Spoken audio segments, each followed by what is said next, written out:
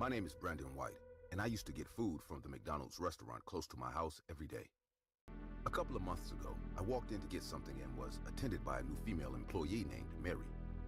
She was middle-aged, had short brown hair, and was slightly overweight. While I waited for my order, she tried to get to know me, making small talk. I didn't mind at the time. She seemed nice, and there was nothing odd about our conversation. After giving me my sandwich, I left, not knowing that visiting McDonald's that day would lead to my biggest mistake ever. The next few days after meeting her weren't that different from the first. But as more days went by, I began to notice something strange about Mary. For starters, Mary was always the one taking my orders. This was unusual for McDonald's. To make things worse, the conversations she tried to have with me only became weirder and left me uncomfortable in most situations. She would say strange things like how I looked so sexy and tasty, and sometimes ask me questions that no employee should have been interested in. Everything about Mary's behavior was odd. She looked almost 10 years older than me and didn't strike me as that sort of person in any way. Eventually, I began visiting another McDonald's far away from my house, deciding against reporting Mary and getting her fired. A couple of weeks went by, and one day, I walked into the new McDonald's and saw Mary working at the counter. I was shocked and expected her to tell me if she was filling in for someone, but instead, Mary acted as if she'd never left the old McDonald's and didn't address the situation at all. She resumed her usual attempts at small talk and disturbing remarks, but I simply ignored everything she said, got my order, and left. I decided not to go to McDonald's for a while, and only had it when a few friends placed orders at their apartments. I didn't know if Mary still worked there, but I wasn't eager to find out. One afternoon, while walking home after getting groceries, someone suddenly bumped into me out of nowhere, and most of my groceries failed. I bent over to pick them up, and the woman who had bumped into me began apologizing as she joined me to pick up the groceries. When I looked up to thank her, I was shocked to see Mary standing in front of me. I remained in silence as my mind raced. Was this woman stalking me, or was this just a coincidence? After standing there in silence, Mary finally said, "Well, young man, I'm in a hurry, so sorry about that," and left, acting like she didn't know who I was. I brushed it off again as a coincidence and walked home. As I got home, I realized my house keys weren't on, but I was in a hurry and figured I had probably left them without them, so I quickly got my spare key from under the mat, dropped my groceries inside, and left to meet up with my colleagues. My co-workers and I spent a couple of hours getting drunk and playing games on our day off. I left and headed home.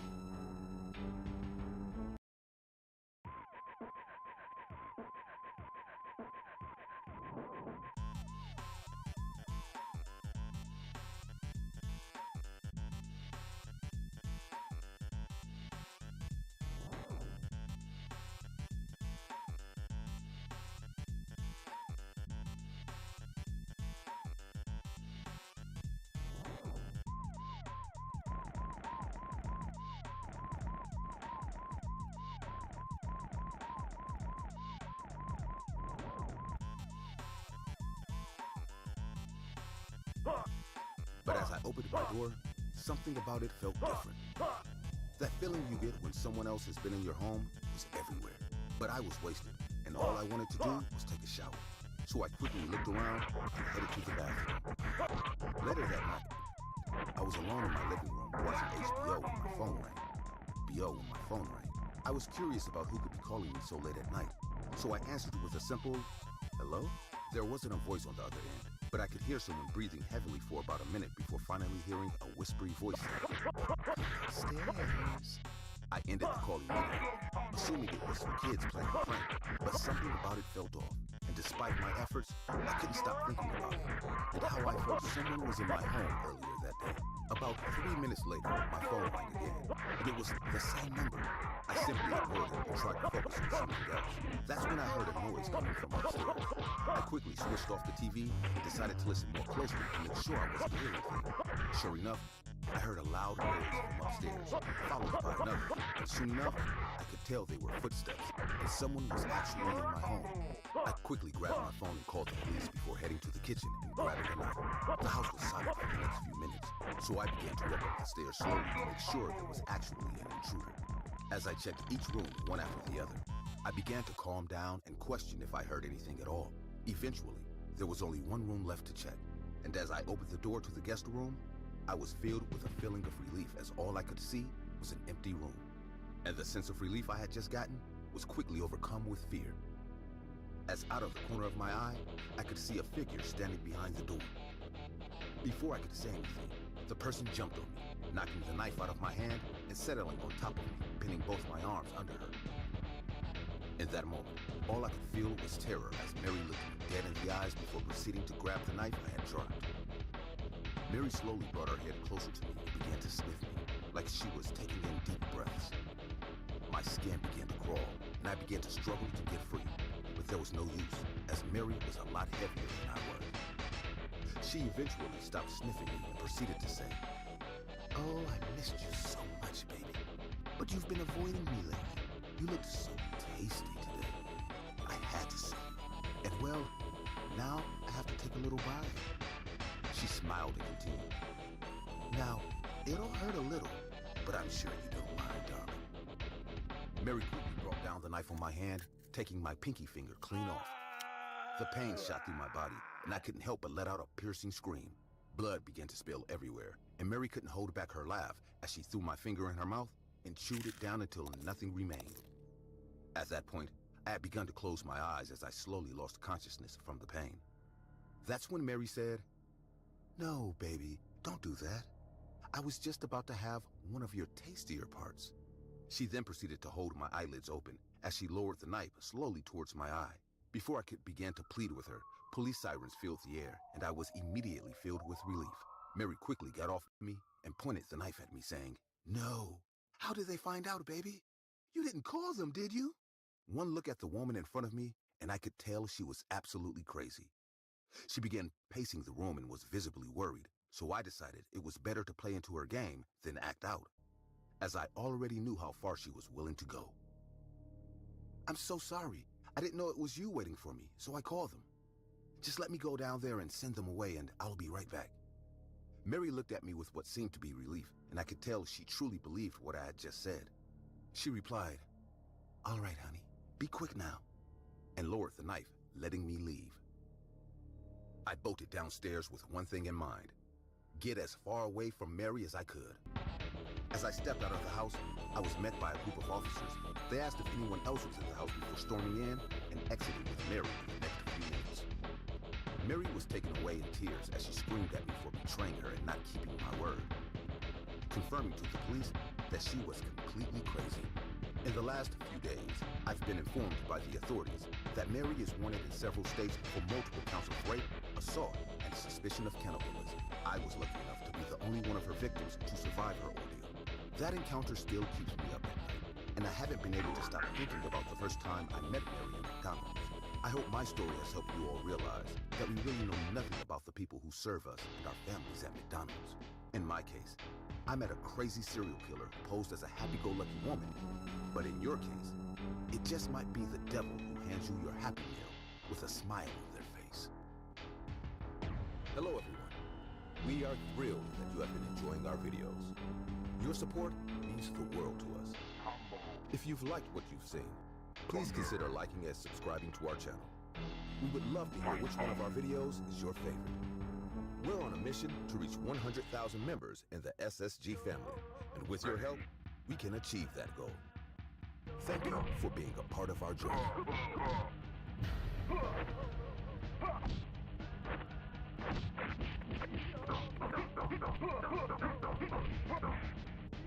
Christmas is usually one of the best holidays of the year. The kids are always happy. There's food, parties, and presents. It's really that time of year when we can leave all our problems behind and concentrate on being happy, even if it's just for a day or two. The story I'm about to tell you was just before Christmas. In those days, when we were getting ready for the holidays, and it was all happy times. What neither I nor my children expected was that those moments of happiness would be interrupted because we had an appointment with the unknown. Something we didn't understand at the time, and still don't today, is stalking us. And you know what? It still is. If you don't know what you're up against, how can you defeat it? It all started on a snowy day. During those days, we decided to take a mini vacation and went to my parents' country house. My wife was hesitant to go since we had a lot of work to do when we got back. But the kids were on vacation from school and insisted all year to go. So we indulged. It was only a few days before Christmas. We had already put up the Christmas tree and decorated our house in town. But the cabin still lacked some Christmas spirit. We brought some decorations to beautify the cabin a bit, but to my surprise, my parents had left us a human-sized Santa Claus. It looked like an animatronic, but it was very strange. It was too thin. Normally, Santa Clauses are similar to the real Santa, fat with a huge smile. But there was something weird about this one. His look was touching. He looked like some Santa Claus out of some child's nightmares. I was about to put it away, but my kids saw it at the same time I did, and for some reason, they liked it. Kids really do have the weirdest tastes. Other than that, the day continued as normal. We spent the evening watching movies and eating something as a family. The kids seemed very entertained, and my wife and I were very happy about it. Nothing prepared us for what would happen the next day. After spending the night sleeping comfortably, a scream went off at the same time. It was the scream of one of our children. As soon as we woke up, we both looked out the window where the scream was coming from. My two children were outside, running through the snow, running away from someone. When I looked back a little further, I clearly saw their attacker. No, it couldn't be true. It was the Santa Claus animatronics I had put up yesterday. This didn't make any sense. As I watched him run in the direction of my children, I could see him walk very naturally. This was not an animatronic or anything like that. It moved like a human, but it was so thin, who could fit into that costume? I told my wife to call the police as soon as possible, while I went to get our children and protect them from their attackers. At that point, I didn't care about bundling up or getting a gun. I had to go as soon as possible. As soon as I got out, I did not go in the direction of my children, but towards my attacker, who for some reason was not running, but only walking in the direction of the children. I don't know what this being was or why it was attacking my children, but I knew I had to do something to stop it. With all my strength, I threw myself at him. I still thought that all this must have some explanation. Maybe it was a person disguised as a Santa. Yes, that must be it. That was the only logical explanation. A little confident from the line of fitness, I tried to take him down, but that's when despair and desolation took over my whole body. When I was just a few inches away from him, about to knock him down, I was overcome with a horrible feeling of fear and sadness that prevented me from moving forward. Defeated and crying, I fell to the ground, clutching my chest from the pain I felt. This was not the pain of a physical attack. It was not the pain of an illness. It was the pain one feels when one is very nervous or sad. Santa simply ignored me and kept walking in the direction of my children. Whatever it was, he was aware of what was happening to me. Possibly in some way, he caused it, since he didn't flinch an inch from my attack, knowing what was going to happen. After a few seconds that felt like hours, I gathered all my strength to get up and follow him. The pain and sadness I felt at that moment was so great that even though it faded as soon as Santa left, it still haunted me. For me, I would have stayed on the ground surrounded by ice crying, but I couldn't afford the luxury. That being was after my children, and I wouldn't let them feel for a second what I felt at that moment, or worse. I get up and ran as fast as I could through the ice. My children and Santa were already far away in the forest, but the sound of their screams guided me on the right path. With every centimeter I ran, I could feel that horrible feeling taking over my body again. The pain in my chest was getting bigger and bigger. I couldn't be far away. The screams became closer than ever until, crying against the tree, I found my two children. In front of them, a strange figure walked slowly in their direction. As soon as I saw this image, I turned to Santa. You would think that nothing had changed from the last time and ended up on the ice crying. But for me, everything had changed. This time, I was watching as the strange being was about to attack my children, and at that moment, I didn't care about anything but protecting them. I ignored the pain, the fear, the sadness, the cold. All I could see was this thing approaching my children. With a war cry, I lunged at it and knocked it to the ice. Blinded by rage, I didn't realize what was really going on. I was just hitting an empty center. All the feeling of fear and desperation had vanished the moment I made contact with it. Now I was doing nothing more than hitting an inanimate object while my children cried beside me. When I realized this, I stepped aside and went to hug my children while Santa stood destroyed next to us. It was all over. Once we got back, I threw all the parts of that Santa Claus in the trash and put a new one once we got home. I'll be honest with you, the new Santa Claus didn't last more than 2 days.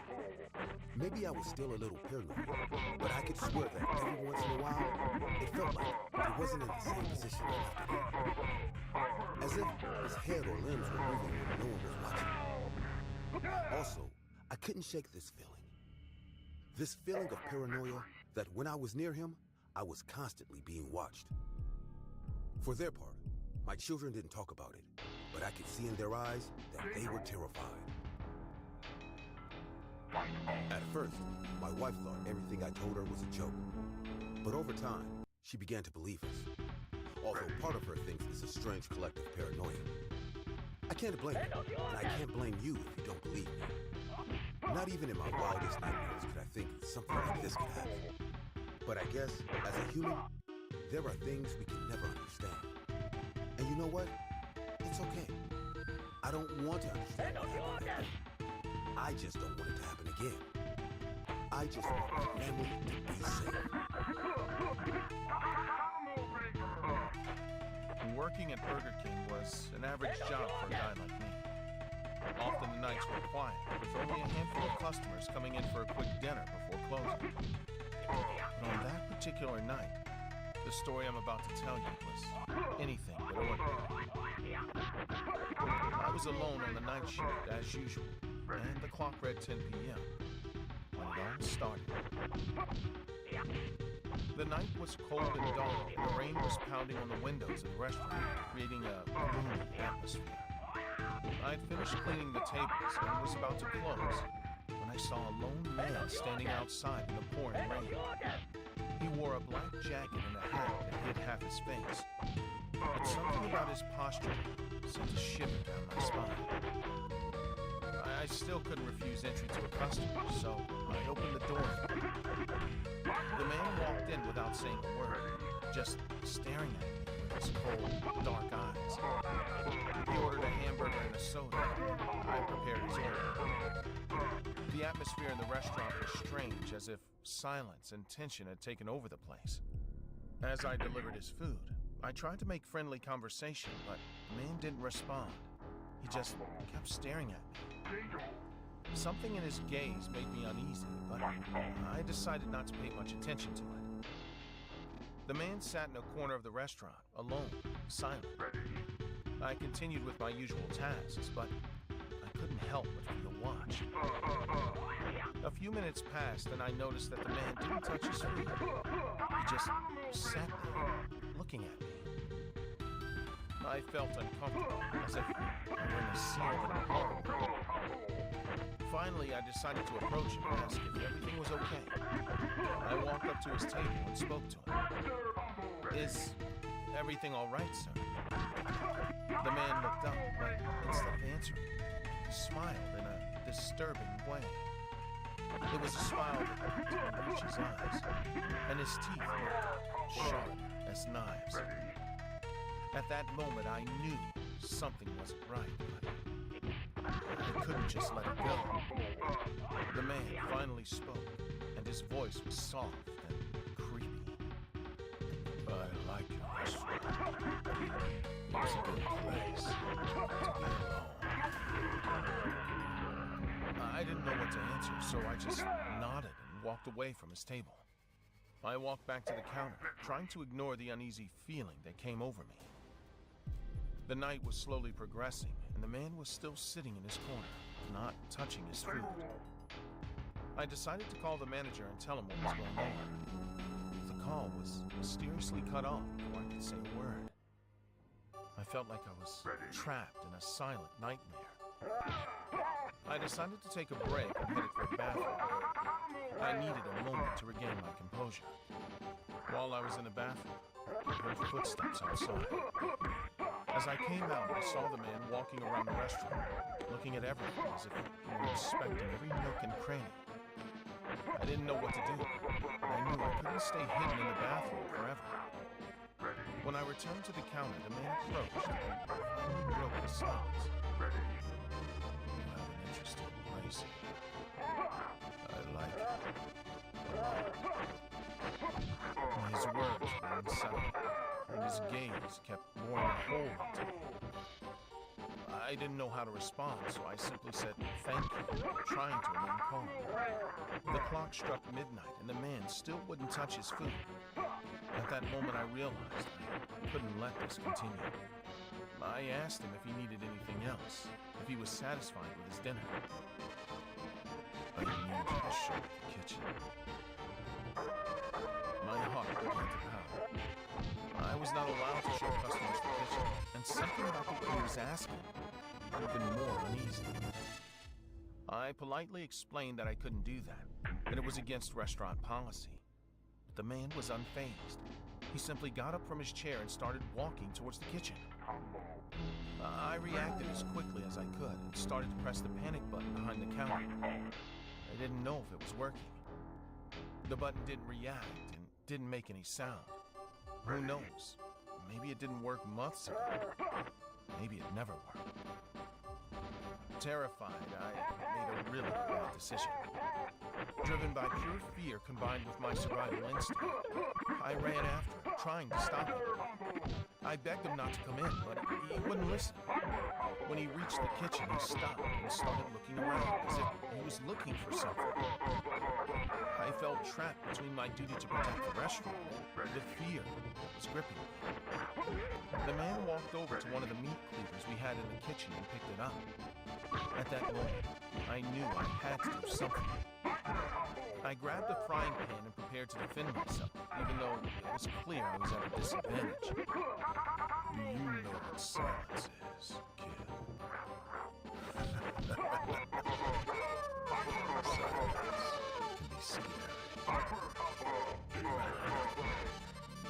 The man advanced towards me, his blade held high.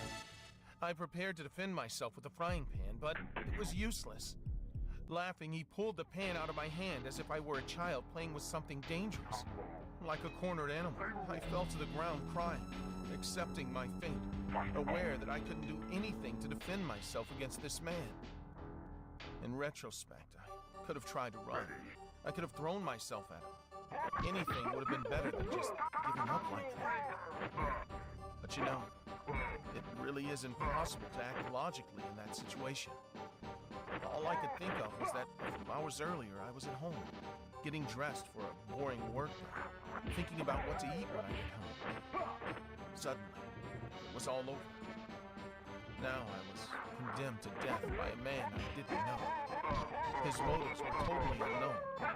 He was just simply going to be the victim of a sick man who was going to kill me for fun.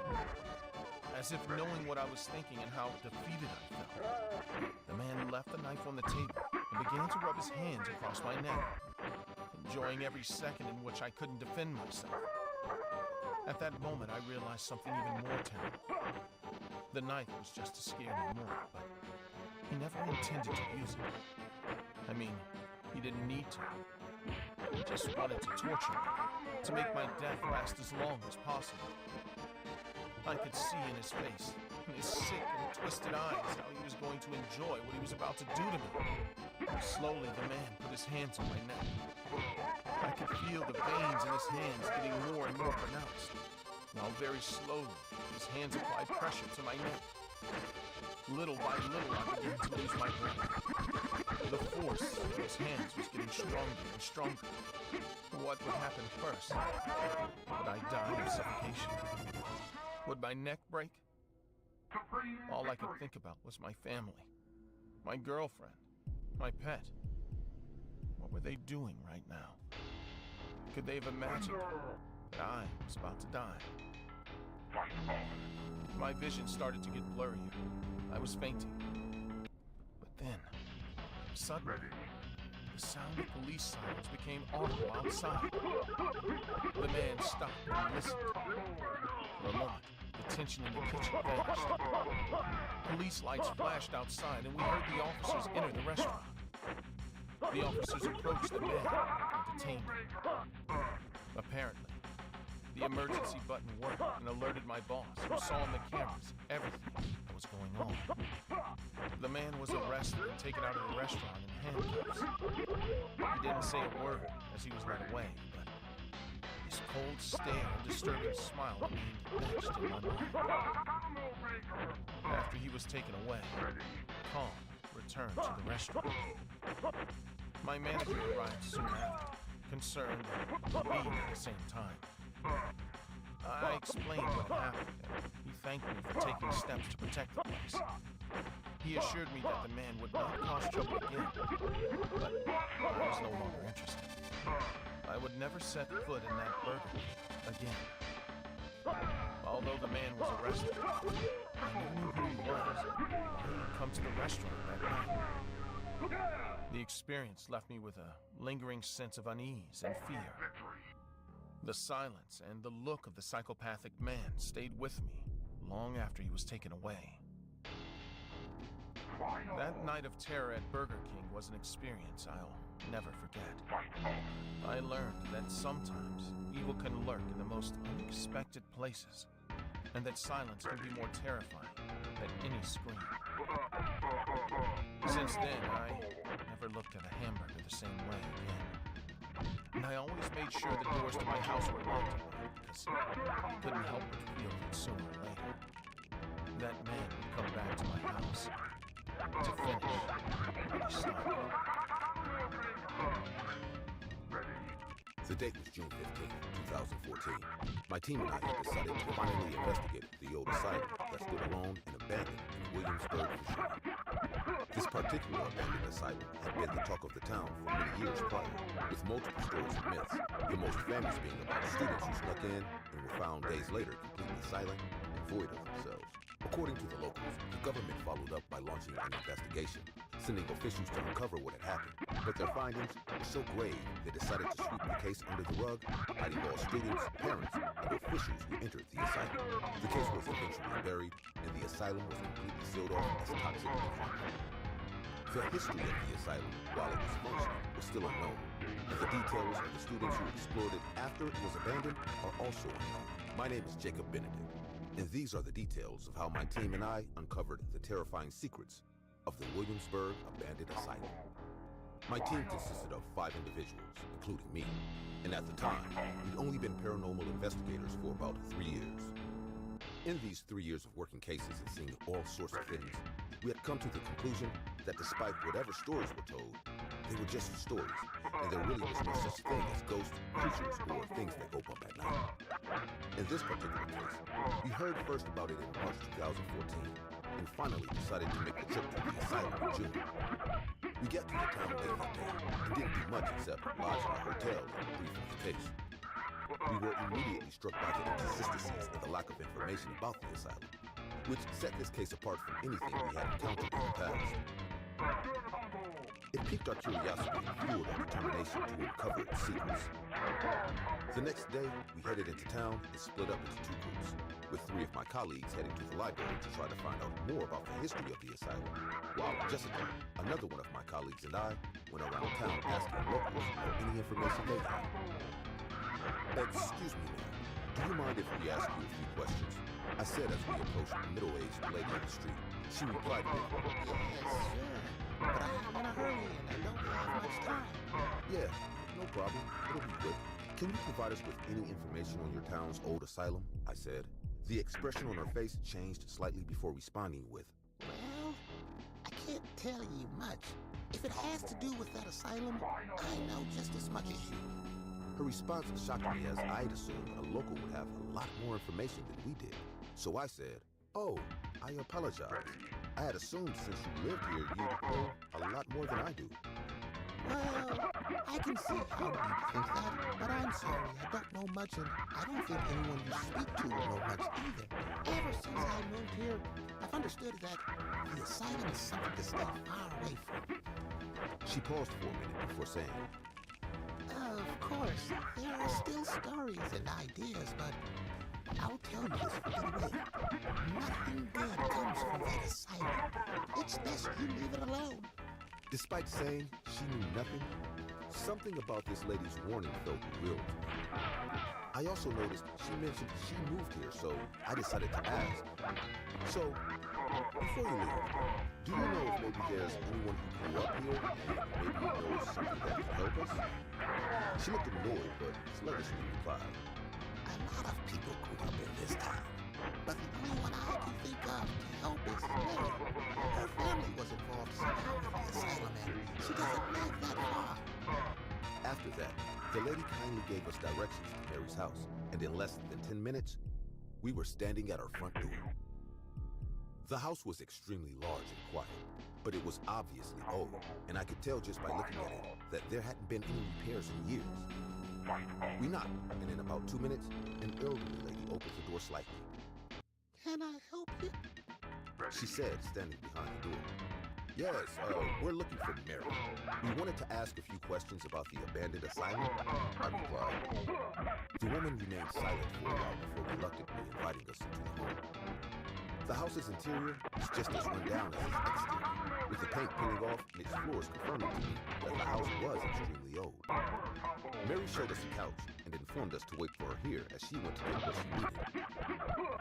She returned a few minutes later with a file completely covered in dust and told us everything there was to know about the abandoned asylum was in there. After a while of talking, we discovered Mary's grandfather was head of operations at the asylum while it was running, and he passed away shortly after it was closed. She explained the file was put together by an employee at the asylum during an investigation that eventually resulted in the closing of the asylum.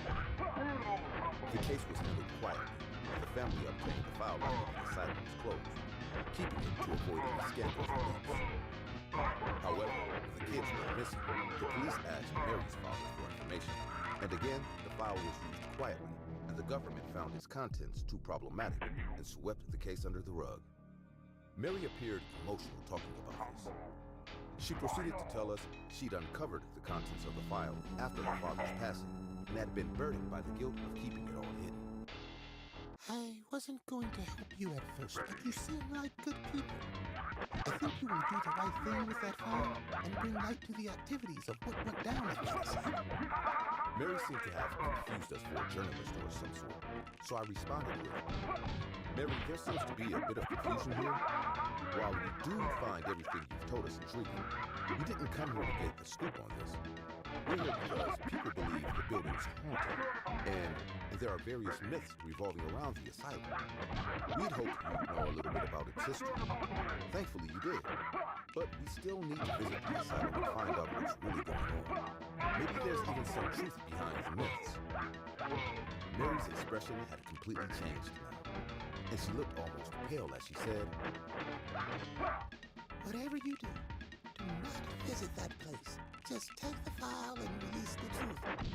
She paused before grabbing Jessica's arm and saying, That asylum is no place for people like you. The devil lives there now. The devil and all his demons. Jessica quickly pulled back her arm and got up before saying, Jacob, we should go. I think we have enough. Mary began to frantically look around, saying, Don't go. Don't go. I got up and thanked Mary before leaving with Jessica and heading to the asylum. Little did I know, that would be the biggest mistake we ever made. I think it was about an hour later, and my entire group was standing at the gates of the asylum. We had met up earlier to discuss what we had all discovered.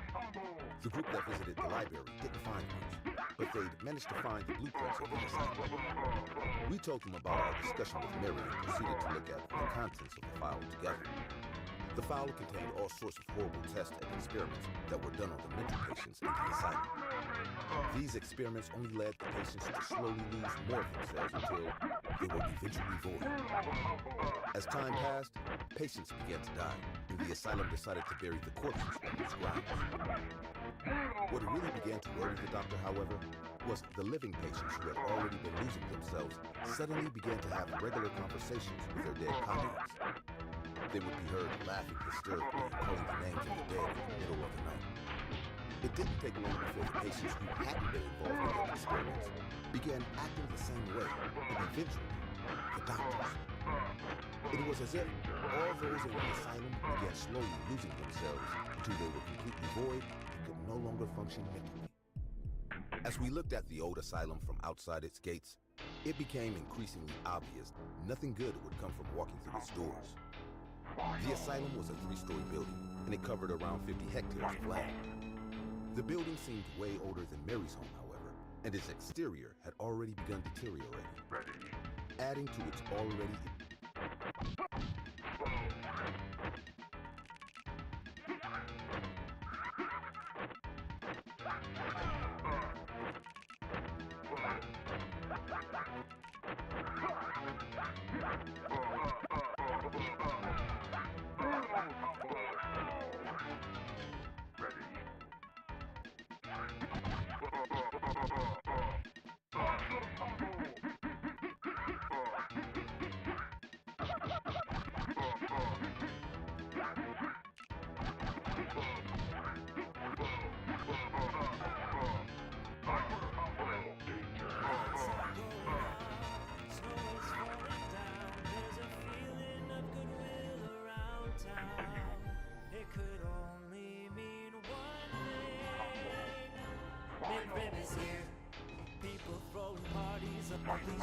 sweaters everywhere, stockings hung up by the chimney with care. It could only mean one thing.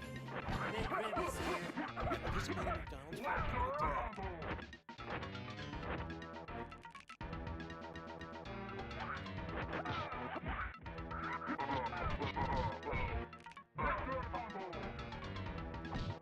As we looked at the old asylum from outside its gates, it became increasingly obvious nothing good would come from walking through its doors.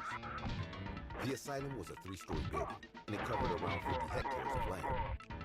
The building seemed way older than Mary's home, however, and its exterior had already begun deteriorating, adding to its already eerie look. I continued looking at the building when I suddenly saw a man staring at us from a window upstairs. That's when I said, "Hey, who the hell is that?" pointing towards the window. Everyone immediately turned their attention to where I was pointing, but shockingly, there was absolutely no one there. "Ha ha, very funny," Mason said, assuming I was playing a prank with him. I was stunned and concerned because I could have sworn I had seen someone at the window. Everyone played it off as a joke and began walking into the asylum. I followed behind and tried to focus on the task at hand, but all I could really think about was Mary's warning. I stepped into the asylum. I immediately felt the temperature go down drastically. The building was extremely cold, and although I could tell by looking at it that no one had been there in years, it didn't in any sense feel that way. It actually felt like I had walked onto a stage and had 1,000 eyes watching. We continued walking deeper into the asylum, looking for anything that would explain the paranormal stories that surrounded the building. The floors were still stained with blood, and the rooms were filled with chairs and beds with the straps for the patients. The group had stayed together exploring the building, when suddenly I followed them into a room, and I was alone. At that point, I'd assumed they were playing a prank. "Guys, very funny. You've had your laugh, now let's move on and get out of here," I said, expecting a response. Instead, I was met with a deathly silence, and the temperature got even colder. I was completely scared and alone in the room when someone walked past. I immediately walked out to follow the person, but once again, there was no one there. At this point, I decided it was better to leave the asylum and wait outside for the others. I turned to leave, but I was met with the sight of a woman in a gown and rotting flesh standing in front of me. My heart dropped at the sight of her. She was so close to me that I could feel her extremely cold breath on my face. The lady only had one eye intact, while the other was being eaten by maggots and releasing a rancid smell. She slowly got closer and began to open her mouth. I closed my eyes and prepared for whatever was about to happen when I suddenly heard a scream from upstairs. I opened my eyes to see she was gone, and I immediately ran upstairs to see what had happened. I looked around upstairs for about 10 minutes before eventually finding Jessica sitting alone on the floor with her head in her hands. She appeared to be mumbling some words I couldn't understand. So I slowly approached her and said, "Hey, Jess, are you okay? I don't know what's happening, but we need to leave right now. Come on." Jessica slowly raised her head and turned to me. She responded with, "But, Jacob, we can't leave. We have to wait for the others so we can all go together." Jessica had messed up her hair in a way that had her face covered, and the room was so dark I could barely make out anything. But a part of me agreed with her, so I sat beside her and we waited. We had waited for almost 30 minutes in dark and cold silence, so I figured it would have been a better idea to go look for the others instead. "Hey, do you remember where you lost the others? Maybe we can go find them and leave," I asked. However, I didn't get a response from Jessica. All I got was complete silence.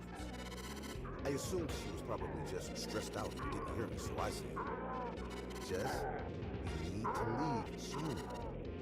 This time, Jessica replied, once again lifting her head slowly to face me as she said, "Don't you get it, though? We can't leave. You have to stay with us now. All of us. Together." As she faced me, her hair was out of her face, and my heart dropped as I came to the horrific realization that I hadn't found or been with Jessica at all. The woman began to slowly chuckle before bursting out into full laughter. Her laugh felt like needles piercing through my ear, and before I could react, the room was full of other patients, also partially decomposed. They all joined in with her laughter and began walking towards me. Their stench filled the room, and no matter where I looked, their faces would appear, some more filled with maggots than others. At this point, I was completely lost and could barely hear my own thoughts. My body soon began to join in on their laughter. I tried vigorously to fight and gather my thoughts, but all my body could do was laugh and laugh and laugh until I realized I had lost myself.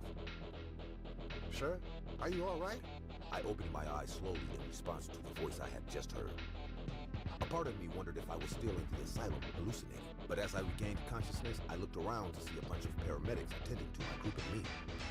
The police were also on the scene, questioning Mary, who had placed a call to inform them we were in danger after we visited her home.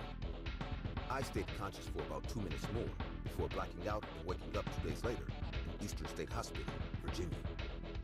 Somehow, I had regained total consciousness and was aware of my surroundings. The rest of them, however, weren't so lucky. They all appeared to be conscious, but weren't in any way responsive to what happened around them. The police informed me Mary had called them, and by the time they arrived, I was found laughing hysterically right behind the asylum's front door. This would mean I hadn't taken up to 11 steps in the asylum, and everything I'd experienced was all a part of the trance. The rest of my group, however, were found a long time later and had remained unresponsive. It's been 9 years since my experience with the asylum. Jessica and the rest of my group were placed in a different asylum. I have since given up on exploring all things paranormal, and I visit them regularly to remind myself what I experienced was real and not just a bad dream. Therapy has been helping, but I still see the patients in my nightmares. And every day, I wish I had just listened to Mary's warning. I hope my experience has convinced you all that behind every myth, there is some truth. And it is only those who are suicidal that would doubt the existence of the paranormal. The following story I'm about to tell you may seem unbelievable. I understand that it may pass as just another internet story. I also understand that even though there were witnesses, not everyone believes me, nor do my family or friends. I admit that even though I question if what I experience is real, but I know it is. It is as real as the marks on my skin will attest. It all happened at my old job. I used to have a massage parlor in my garage, and to tell you the truth, I really liked it. I always enjoyed being a masseuse, and obviously I studied for it. I'm not going to lie to you. Every once in a while, I received some indecent proposal that honestly ruined my day. But luckily, it happened less and less, and once they got to know me, almost all my clients were regulars. Everything was going more than fine until one day. I got a surprise from one of the men who always came to me for massages. It was an ordinary Tuesday afternoon. Nothing made that day special. The weather was normal, not too hot nor too cold. Nothing had happened to me the day before, nor did I expect that day to be remarkable in any way. I simply got up, had breakfast, and went to work on a day when my agenda was composed of clients I already knew. The first few massages were normal, and I was getting ready for my next client, and that's when the nightmare began. Tim was always a normal man. He was a married man, and he never made any kind of proposition or innuendo to me. Tim had a small build. He was quite short and skinny, but I could tell he went to the gym from time to time. His personality was quite calm. He was a very polite, humble, and shy person. Needless to say, he also had a pretty low profile. I was getting ready to have a quiet session with him, but as soon as he walked in the door, I knew something was wrong. Tim was really very nervous. His face was red, and his relaxed posture was all tense, like he was really nervous about something. I greeted him politely, and he just gave me back a shy and forced smile. Something was happening to him. Hey, Tim, sorry for the intrusion, but are you all right? Hi, Barbara. Yes, of course. I'm just a little tense. Oh, I understand. Lie down. I'll do my best to make you better. Tough week. I'd appreciate it. These last few days have been very tense. Once Tim lay down with his shirt off, I covered my mouth so I wouldn't scream from the shock of what I was seeing. His whole body was different. He had marks and cuts all over. But these were not marks from the fight, and he didn't look like he had been attacked. The marks were key points of his body. It was like his body had gotten bigger, and his skin couldn't take it. His skin was cut like a t-shirt that he had outgrown at some point. It was all very strange. But you know what? It wasn't the worst of it. What struck me most about his back was his hair. Tim was always a very neat person. He was one of those people who hated having hair on his body. From facial hair, to hair on his back, to hair on his legs. The only thing he was naturally accepting of were his eyebrows and the hair on his head. That's why I was so shocked by seeing him the way I saw him. His whole body. His whole body was full of hair. It was as if this man hadn't shaved for years. When was the last time I saw him? Last month? This didn't make any sense. Had he taken any medication that caused him to have an allergic reaction? Is there something wrong with my body? What's taking you so long? Oh, I'm sorry, Tim. I was just looking for the cream. I must admit that Tim's comment caught me totally off guard. He would never have spoken to me like that. Somewhat uncomfortable, I rubbed some cream on his back and started massaging him. Something was wrong with his back, and I don't mean the cuts or the farting. His back was moving on its own. I thought about telling him to stay still, but quickly realized that would not be possible. All these movements felt involuntary. It was as if something was happening to his back, as if it was changing.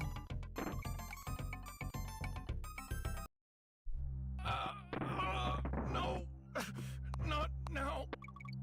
Not again. From one second to the next, Tim gave a great scream and began to move violently. Terrified, I just stepped back and dropped the cream. His body began to change rapidly.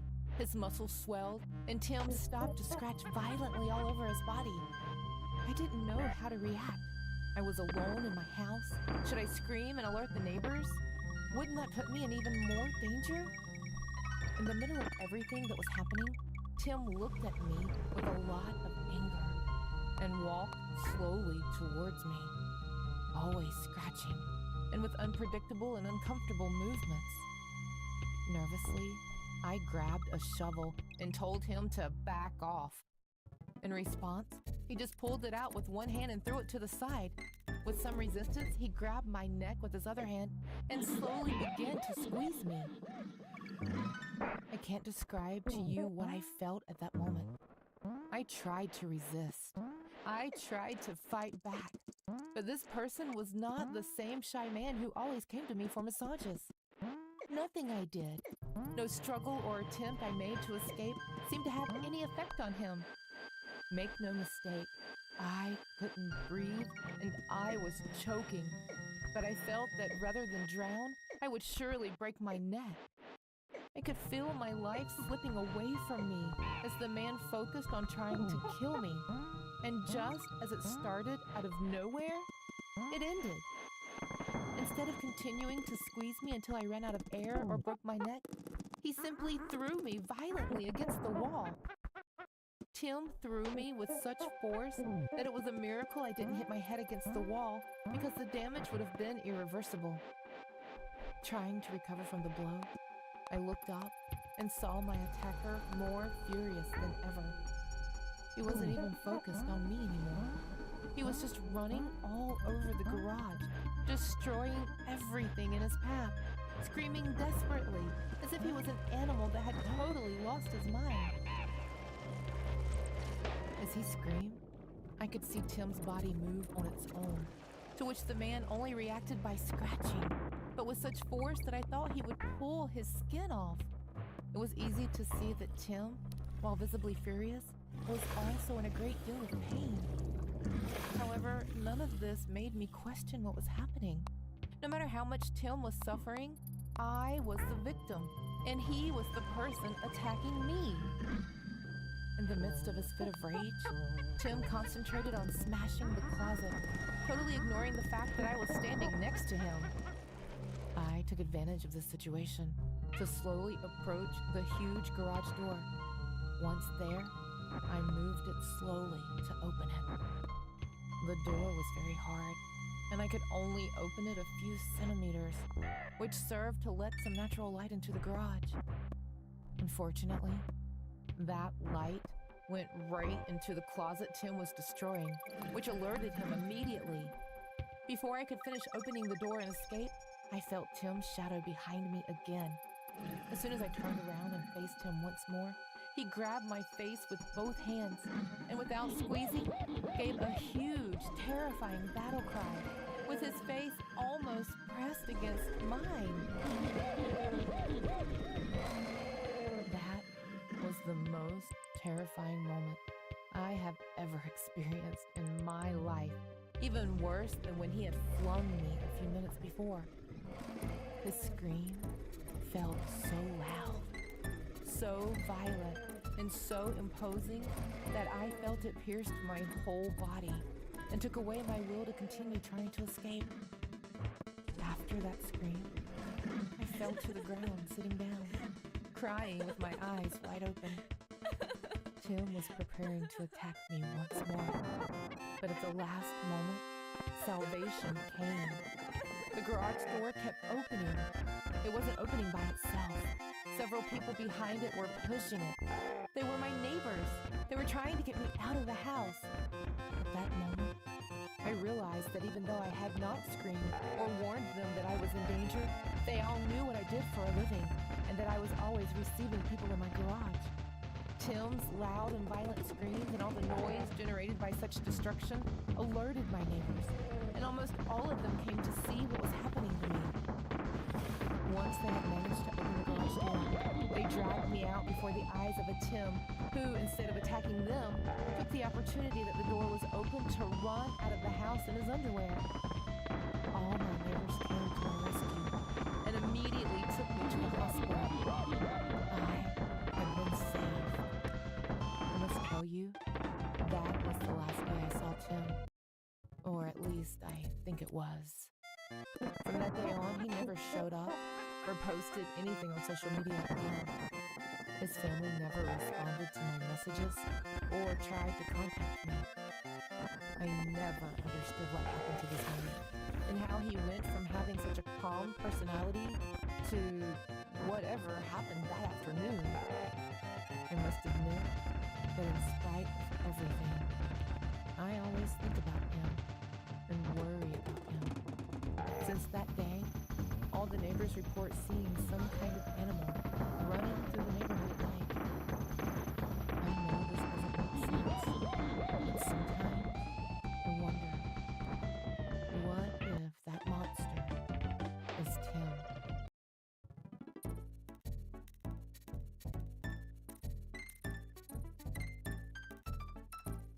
My name is Charles, and for years, I've been the driver of the last bus. My shift starts at midnight and ends at 4 in the morning. Working the night shift has its share of loneliness, of course, but I've never experienced anything quite like what happened one autumn night. For the first few hours of my shift, everything went smoothly. A few passengers got on and off.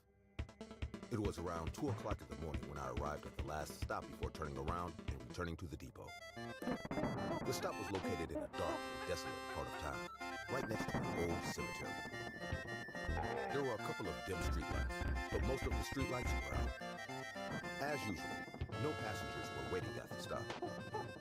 As I waited for the scheduled time before departing, I turned on the interior lights of the bus to check that everything was in order. I was checking my rearview mirror when I saw a flash of movement in the darkness. I turned to look out the rearview mirror, and to my surprise, saw a man running towards the bus. It was not unusual for people to be late and trying to catch the last bus, but the way this man was moving struck me as odd. His movements were jerky and erratic as if he was panicking. When he finally reached the back of the bus, panting and sweating, I could see his face. He was a middle-aged man with a wild, desperate look in his eyes. I decided to slow the bus down so that this man wouldn't miss me. I was never really one of those drivers who enjoy passengers missing the bus to go home, especially at times like that. The man got off the bus and sat at the back of the bus.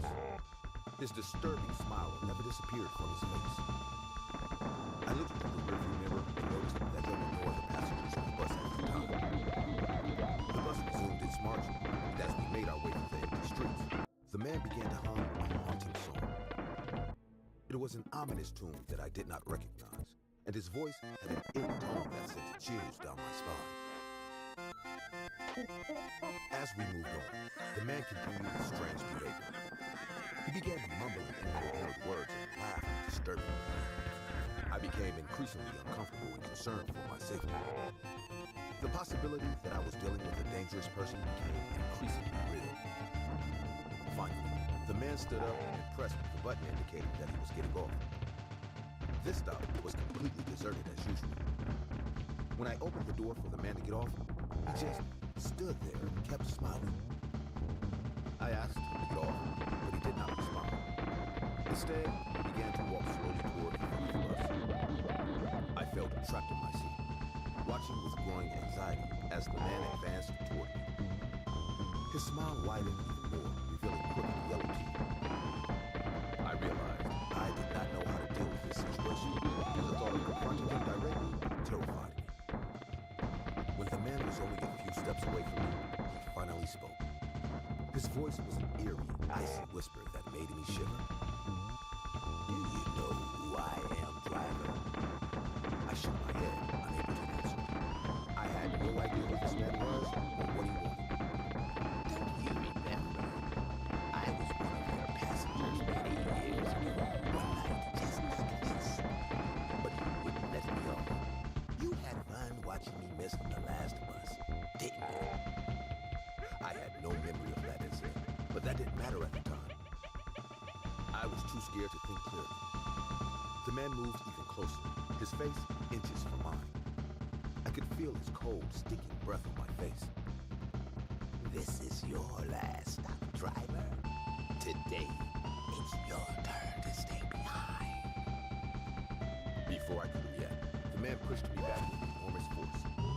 I fell to the ground stunned as he lunged at me. I tried to scream, but his cold, skeletal hand closed over my throat, stifling my words. Looking terrified, I struggled desperately with the man who assaulted me. His eyes, full of fury and madness, were still fixed on mine as his grip grew tighter and tighter. I felt my life slipping away, and an overwhelming panic overcame me.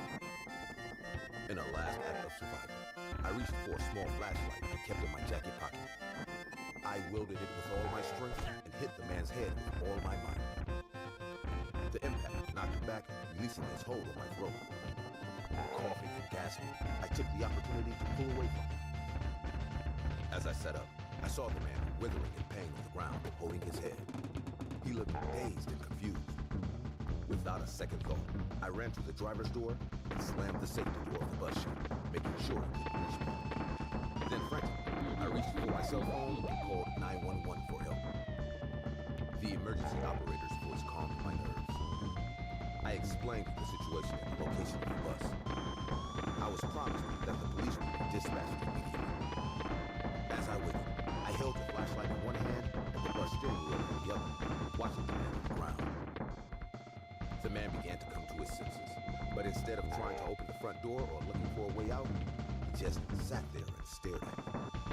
His haunting smile persisted, and it was bigger than ever. He didn't seem to be in pain or show any emotion.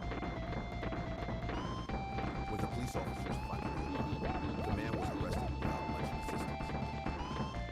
As they handcuffed the man, he continued to whisper incomprehensible words and laugh, which increased my discomfort and fear of him.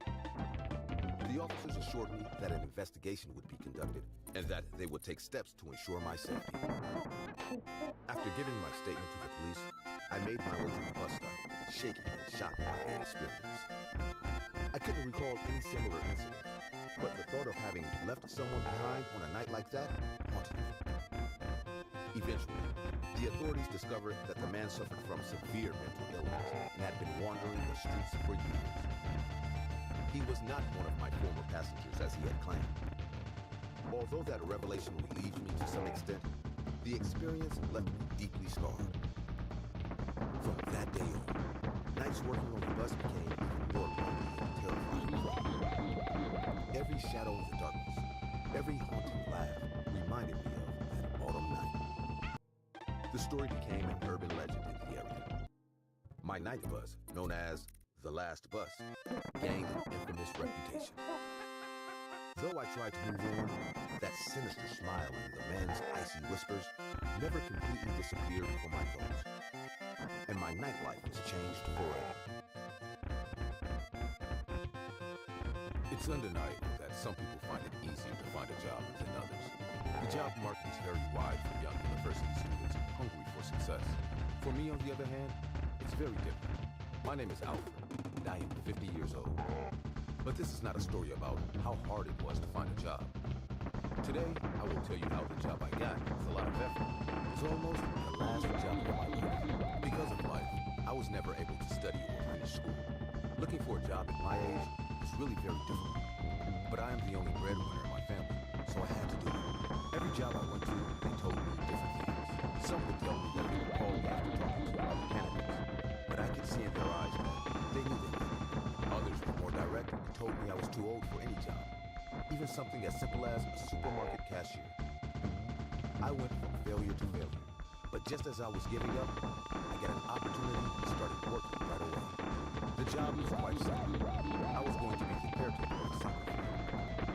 The team was pretty hungry, so the stadium was pretty modest too. I'm used to everyone at work pretending I'm not there, and when they noticed my existence, it was to ask me for things in a bad way or make fun of me. But this place was different. All the players and workers at the club were really warm and welcoming. They all made me feel a part of a big family that started with the president and ended with me. The people at this job were very nice, and in the beginning, I was very happy. Until I discovered something that changed everything. Although it felt like a warm and friendly place during the day, the locker room was pretty old. When no one was in them, they looked abandoned and very scary. To tell you the truth, I didn't feel scared or anything like that. I was a grown-up person, and I wasn't in the mood for superstitions or getting scared just because I was alone.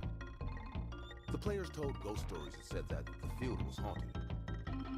They would tell me to be careful at night when I was alone, but I could tell that they were all laughing and not taking themselves seriously. My first nights guarding the court were pretty quiet. I came close to falling asleep several times. I really had nothing to do, but eventually, I I would get used to it and have a routine prepared, like carrying a book that I would read after cleaning up. I must admit that I heard several noises inside the locker room or the facilities in general, but none of them caught my attention. Wherever I go, there will always be noises. If I am scared by each one of them, I would have to dedicate myself to something else. The important thing was that there were no people sneaking into the facility or a rat problem. I was pretty quiet all night and didn't let anything break my peace. Little did I know that this tranquility would give me a false sense of confidence that would endanger my life. That day, my shift was just beginning. I had just finished cleaning the players' locker room and I was leaving to clean the hallway. But I heard a noise that caught my attention. The noise was coming from inside the locker room and it was too loud to ignore. Surely, no animal could have done it. It was like a thump as if someone had tried to destroy a dugout, but there was no one there, as I had just exited through the only entrance to that locker room. Confused, I took out my cell phone and went back into the locker room, recording everything I saw. I didn't realize it at the time, but during the recording, a terrifying shadow passed by the wall at an enormous speed. Even though I didn't see the shadow, I felt like something in the locker room had changed in the 3 minutes I had left. It may have been the same locker room visually, but now there was something about it that terrified me. The place felt icy cold, as if a huge, windless, gelid chill had taken over the whole place. Immediately, I got goosebumps. Not because of the cold, but because I felt that I was no longer alone. Before I could react, the battery of my cell phone ran out and it turned off, which made no sense, because until a few minutes ago, I had it at more than 80% charge without seeing anything. But knowing that I was not alone, I ran out of the locker room as fast as I could. But it was not going to be that easy. Halfway through, I ran out of air and fell to the ground. It was a horrible feeling. I couldn't breathe and my lungs felt like they were going to burst. I gathered all my strength to get up again, but there was someone in front of me.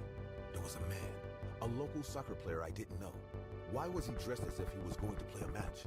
Confused, I got up as best I could, and at that moment, I realized that something was wrong with this man. His skin was whiter than that of a normal person. It was too pale a white color, unnatural, as if he were dead. His eyes were glassy and his body was full of bruises. The moment our eyes met, the man began to cry tears of blood running down his face at enormous speed. Whatever this was, it was not human. While still trying to catch my breath, I tried to run past him, but he grabbed me by the neck with one hand. As I stood up, the man looked at me with a desperate and sad face and shouted, "You must help me! Who are you? Let me go! Please! You have to help me! I didn't ask for this. I was desperate. I'm married. I have a 3-year-old son. It can't end like this. Help me!" "Hey man, I have a family too. I don't know who you are, but please don't hurt me. I just want to see my family. You don't understand the things they do to me. I can't go back. I don't want to go back. I just want to have another chance to hug my family. I want to see them again. I don't want to do this. I was lost and no one would help me. I beg you, do something." Make no mistake, I was terrified.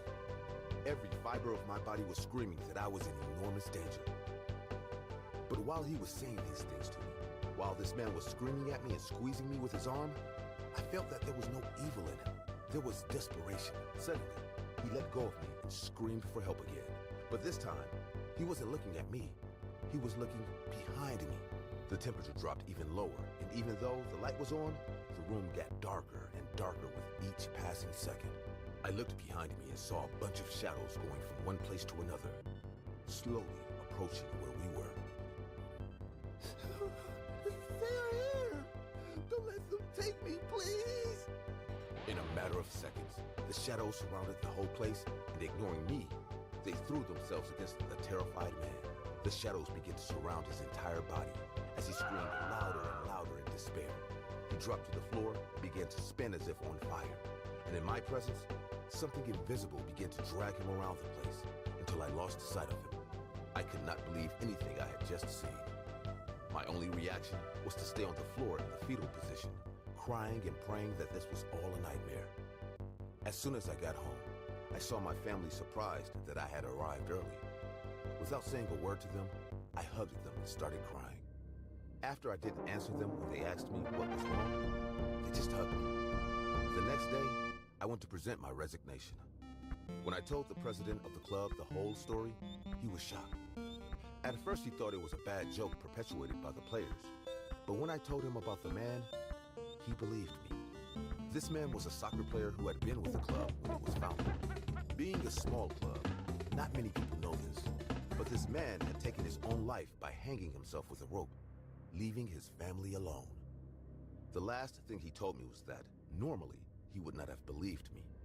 But the night before, someone with the voice of the deceased player knocked on his office door asking for help. But when he went to see, there was no one there. After accepting my resignation, he told me that he only hoped that he was now in a better place and had found peace. I was left thinking with some bitterness that by the looks of those shadows that took him away, I don't think that happened. The 7th of November 2014 was a day that marked a turning point in my life. Before that fateful day, I was someone who enjoyed experiencing new and exciting things. But after the horrors I witnessed at the Villisca Axe Murder House in Villisca, Iowa, I hadn't had a good night's sleep since. To fully understand the story, I will need to go back to the 9th of June, 1912. One of the most horrifying days in the state of Iowa has ever seen. All the family called the head of the house was a man named Josiah B. His wife was Sarah Nee Montgomery. The couple had 4 children, named Mary, Herman Montgomery, Arthur Boyd, and Paul Burke. The Moores were very well known in the Ford family. They were liked by everyone. That Sunday, the couple Catherine invited 2 sisters over to spend the night at their home as they were her friends.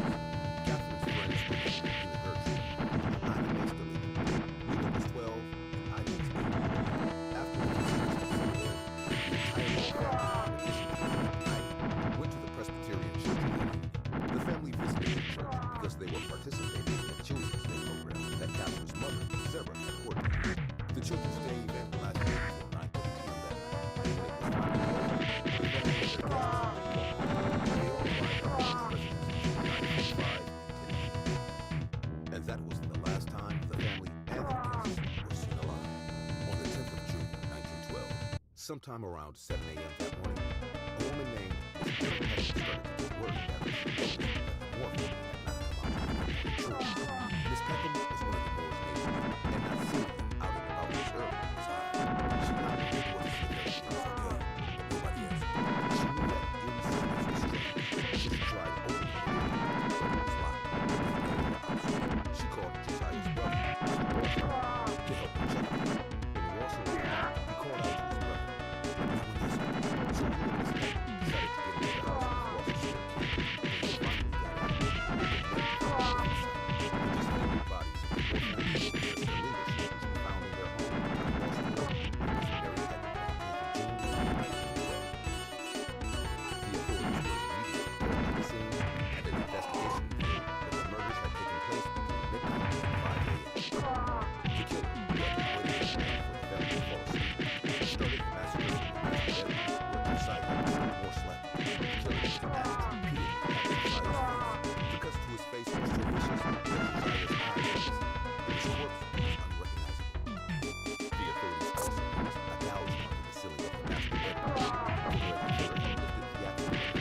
Josiah was dead. The killer set his sights on Sarah when he brought down the axe's blade on her head, shattering her skull with his continuous blows. As for the couple's children, he used the blunting of the axe on their heads to crush their skulls. The vicious killer had blunted them all together in the same morbid manner as the victims. After that, he went downstairs and his head down and killed his victims. Josiah Rose was 83 when he was killed, and his wife Sarah was 39. As for their children, Herman was 11, Catherine was 10, Arthur was 7, and Paul was 5. The murders of the Moore family and the Stellinger sisters shocked the entire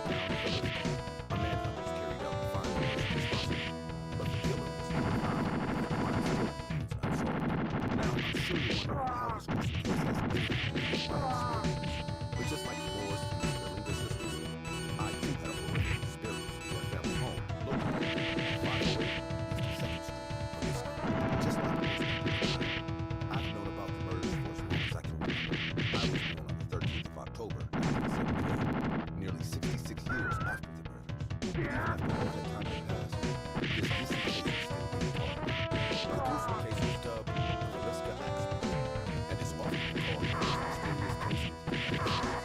During my early teenage years, I always wondered why the Velisca accident case still maintained longevity. There were many other disturbing cases in the United States that have left the minds of the masses, and I often asked myself why the Velisca axe murders case is so different. I looked into it a bit more when I grew older, and I soon realized why this particular case was so different than the rest. It's because while some people believe the Moors are long dead, many others are convinced that the real thing and the killer still are the Moors. The rumors started to go around after the gruesome murders, as many people heard the screams of children coming from the house. Most of the Velisca residents wrote these rumors off as jokes, but as time passed by, people who visited the house came back telling more unexplainable and bizarre stories. A couple who visited the home said they could hear the kids laughing as they went around the whole night. Two young women also reported capturing strange phantasms and apparitions on their cameras. The stories got even crazier over the years, and in 1994, a woman named Miss Martha Lynn bought the house and restored it to its 1912 condition. She stripped the Moore family home of electricity and plumbing, and she turned it into a tourist attraction. Since then, people from all over the world have come to the Velisca accident house to stay overnight and undergo paranormal experiences. The Velisca axe murder house has had a slew of visitors ranging from paranormal investigators to ghost hunters, who has eventually become one of the most haunted places in America. The house has become highly popularity from there. It seems like everyone wanted to visit it. Well, even though I grew up in Ireland, I always stayed clear of it.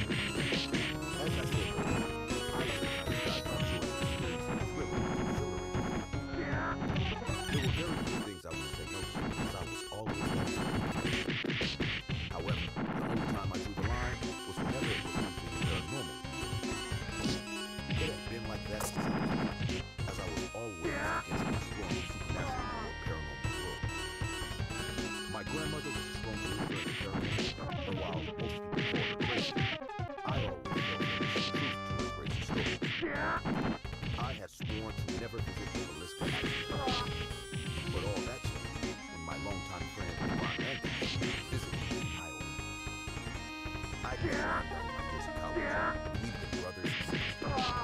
Just like me, Ron enjoyed trying crazy new things, but he didn't have the same issues with anything supernatural or paranormal. Ron thought both the supernatural and paranormal worlds were always public, and it made me insane that everyone were with me to the Velisca accident. I told him no, nothing was going to change. Ron was persistent and he kept asking, but it didn't work. With no other options, Ron told me that he was trying to shoot all because he was that he really just wanted to go on a crazy adventure with old friends. As he wasn't sure if he was I wasn't sure if he was trying to get me to go on board in the city. But his visit was almost over, so against my better judgment, I agreed.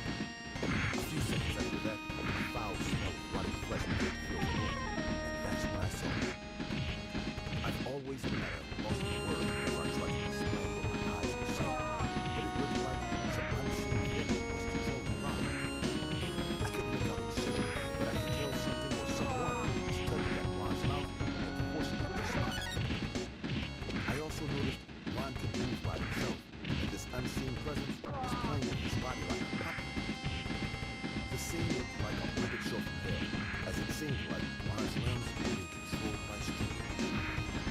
I watched him pull as Ron's hand reached for the blunt scissors on the table. I could see the terror in his eyes as he struggled to insist on what was going on. We both tried to scream, but our lips wouldn't move. I then watched Ron take the blunt scissors and ram them into his right eye. I felt like throwing up as I watched the blood gush down from his face. I thought he was possessed at that, because even though he was breathing profusely, he still had a smile. Ron then stabbed himself in the left eye before proceeding to repeatedly stab himself in the chest. My brain couldn't really process what was going on or why this was happening, and it was amidst all this chaos that I finally said, I think I had a sense of behind Ron, and finally it was a white horse that was 7 to 8 feet tall. His facial features had been peeled away by violence, so that they were thin, and his right hand was shaped like a claw. Within seconds of his manifestation, the standing courtroom disappeared, and I got out of the chair before the collapse of Ron. The staff rushed to our room to see what I was doing. Ron had been injured. We were able to take him to my hospital, and luckily, he was able to be saved. I don't really remember what happened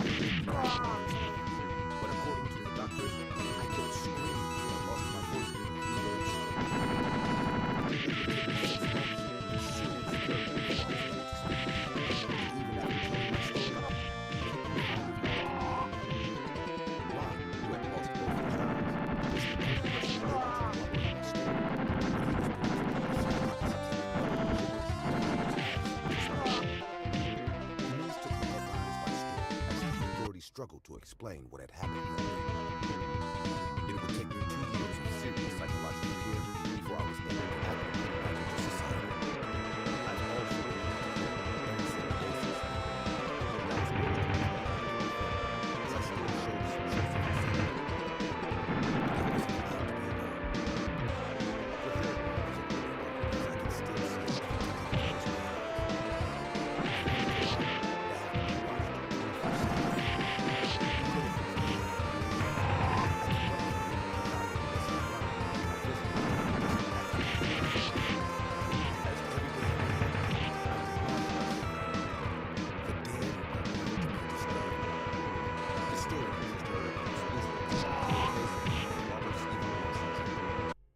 On the 7th of November 2014, 37-year-old Robert Lawson from Rhinebeck, Wisconsin, was found alone in the northwest bedroom of the Villisca Axe murder house with self-inflicted stab wounds in the chest.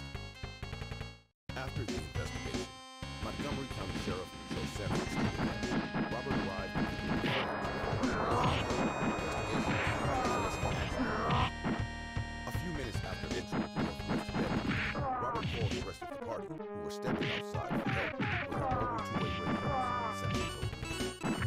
His companions found him stabbed at the chest with a strike that was apparently self-inflicted.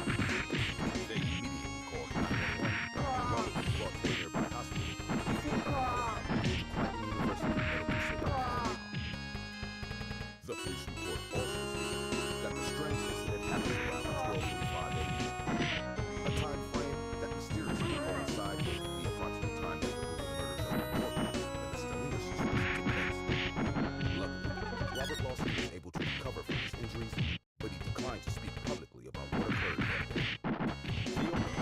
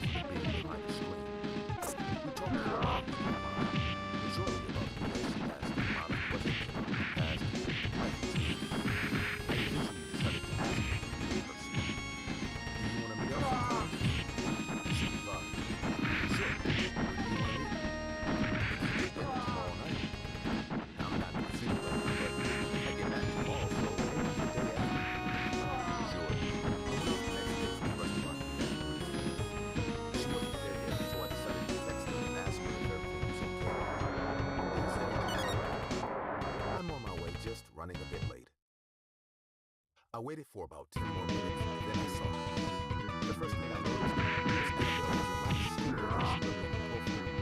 She also had bags and she had tried to cover up her eyes. She looked up to me and sat at my table with a smile on her face. I smiled back at her. You look tired. She looked up. She laughed as she picked up her bag and walked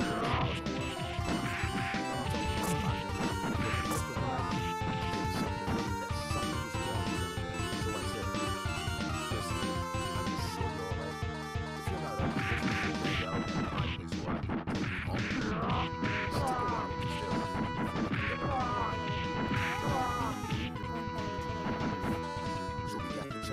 relaxed and easygoing as she was on work.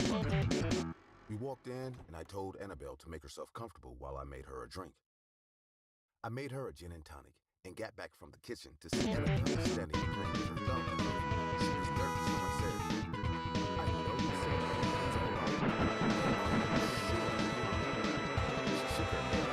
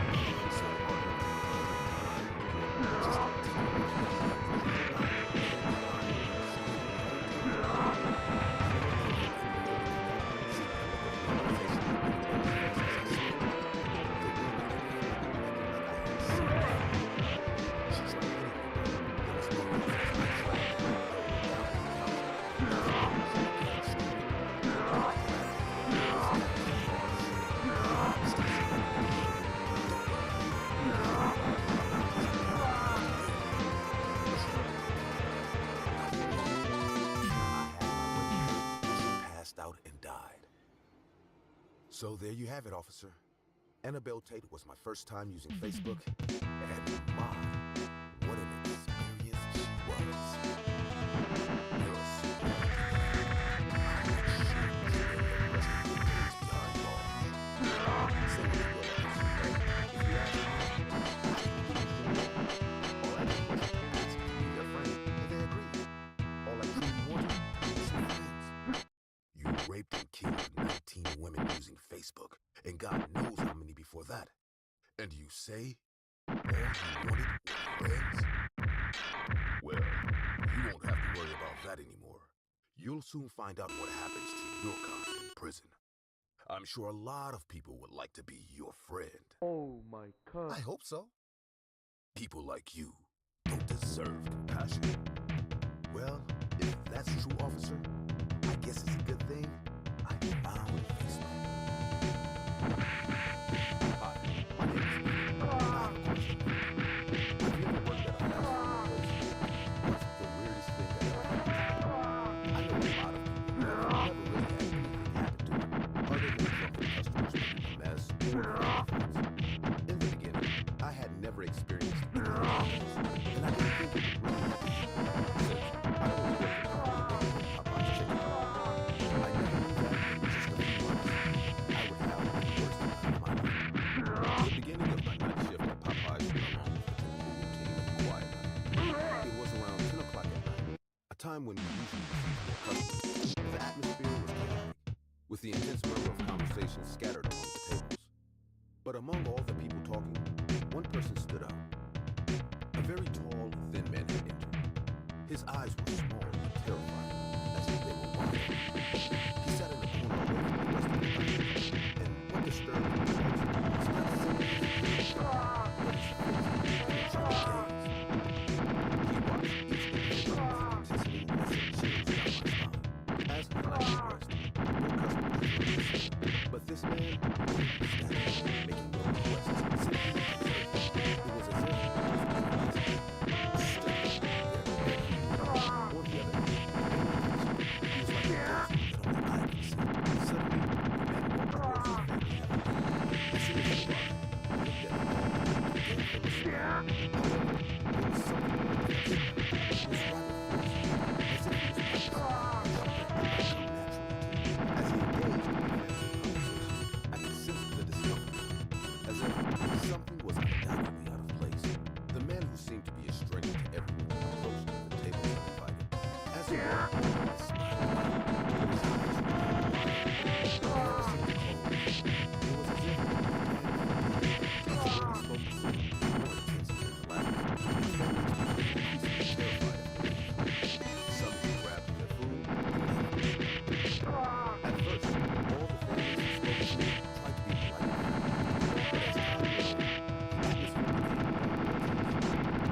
The man's gestures were disproportionate and his laughter was enormous. I kept watching him from my position behind the counter, attempting to what was happening. Some children were crying, parents were looking sideways as if looking for help to get rid of this man without having to fight him. The man didn't seem willing to leave. It was as if he was enjoying the discomfort it was generating in others. I decided to approach him, trying to remain calm. Excuse me, sir. Do you need anything? I asked him and forced a smile, trying to hide the uneasiness that his presence generated. The man turned to me slowly. His gaze was fixed on me. It was penetrating and terrifying. I must admit, I froze.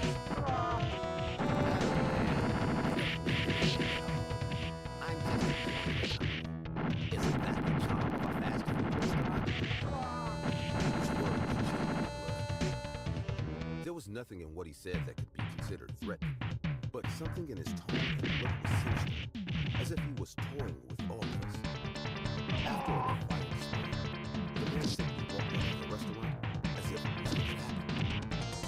I could hear people still talking about the strange man who appeared in the restaurant, but unlike before, they were now telling it as if it were an anecdote and making sense, no longer afraid that the man would approach their table and do something to them. Shortly after, the clock struck 11 o'clock at night, and I decided to go out for a short break. I walked out to the parking lot of the restaurant with a cigarette in my hand. I was still quite nervous about my encounter with the scary man, but I feel I handled the situation really well. Even so, I still felt a sense of discomfort. It was as if something was scaring me. As I walked out into the parking lot, my eyes rested on the ground. I headed toward the park, but at the moment, a strange happening became more tangible. There, in the shadows, I made out the figure of a man. I was standing in the field, watching him. Hey, what are you doing here? The man shrugged his shoulders, his smile widened. His face reflected the uncertainty, as if he was surprised. Without a word, he began to walk toward me, slowly limping his steps. My heart began to pound. I instinctively backed away, trying to get back to the restaurant. I didn't know how to handle the situation. The man, with his erratic gaze and unpredictable attitude, kept getting closer. Each step he took, more than I was so scared that I could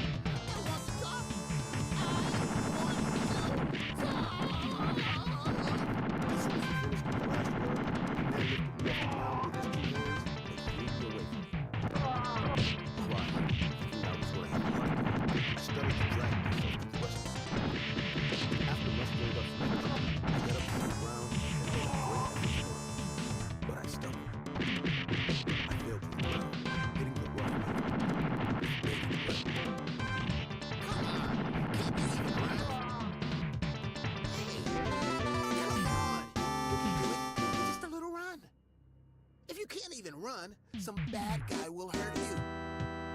With the help of the psycho, I got up crying and ran again.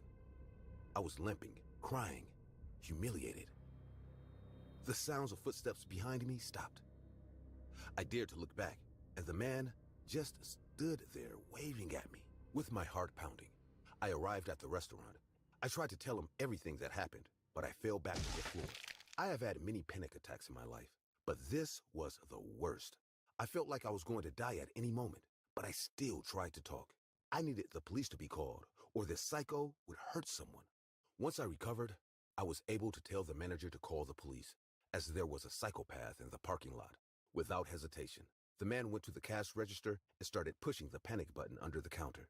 It didn't take long for the police to arrive, but the man was gone. Although I never saw the strange individual again that night or any other night, his presence continued to haunt me in every shadow, every dark corner of the store. As the restaurant closed, my manager called me a cab. As soon as the car started, I swear I could see a silhouette in the shadows looking at me. I could see the silhouette raise a hand and with a sinister smile, wave at me from a distance. That was the last time I saw that man again. To be honest, that was the last time I ever went near Popeyes. Nowadays, every time I leave my house, I do it with fear. There is no way for that psycho to know where I live, but I always feel that he is near me, stalking me, ready to kill me.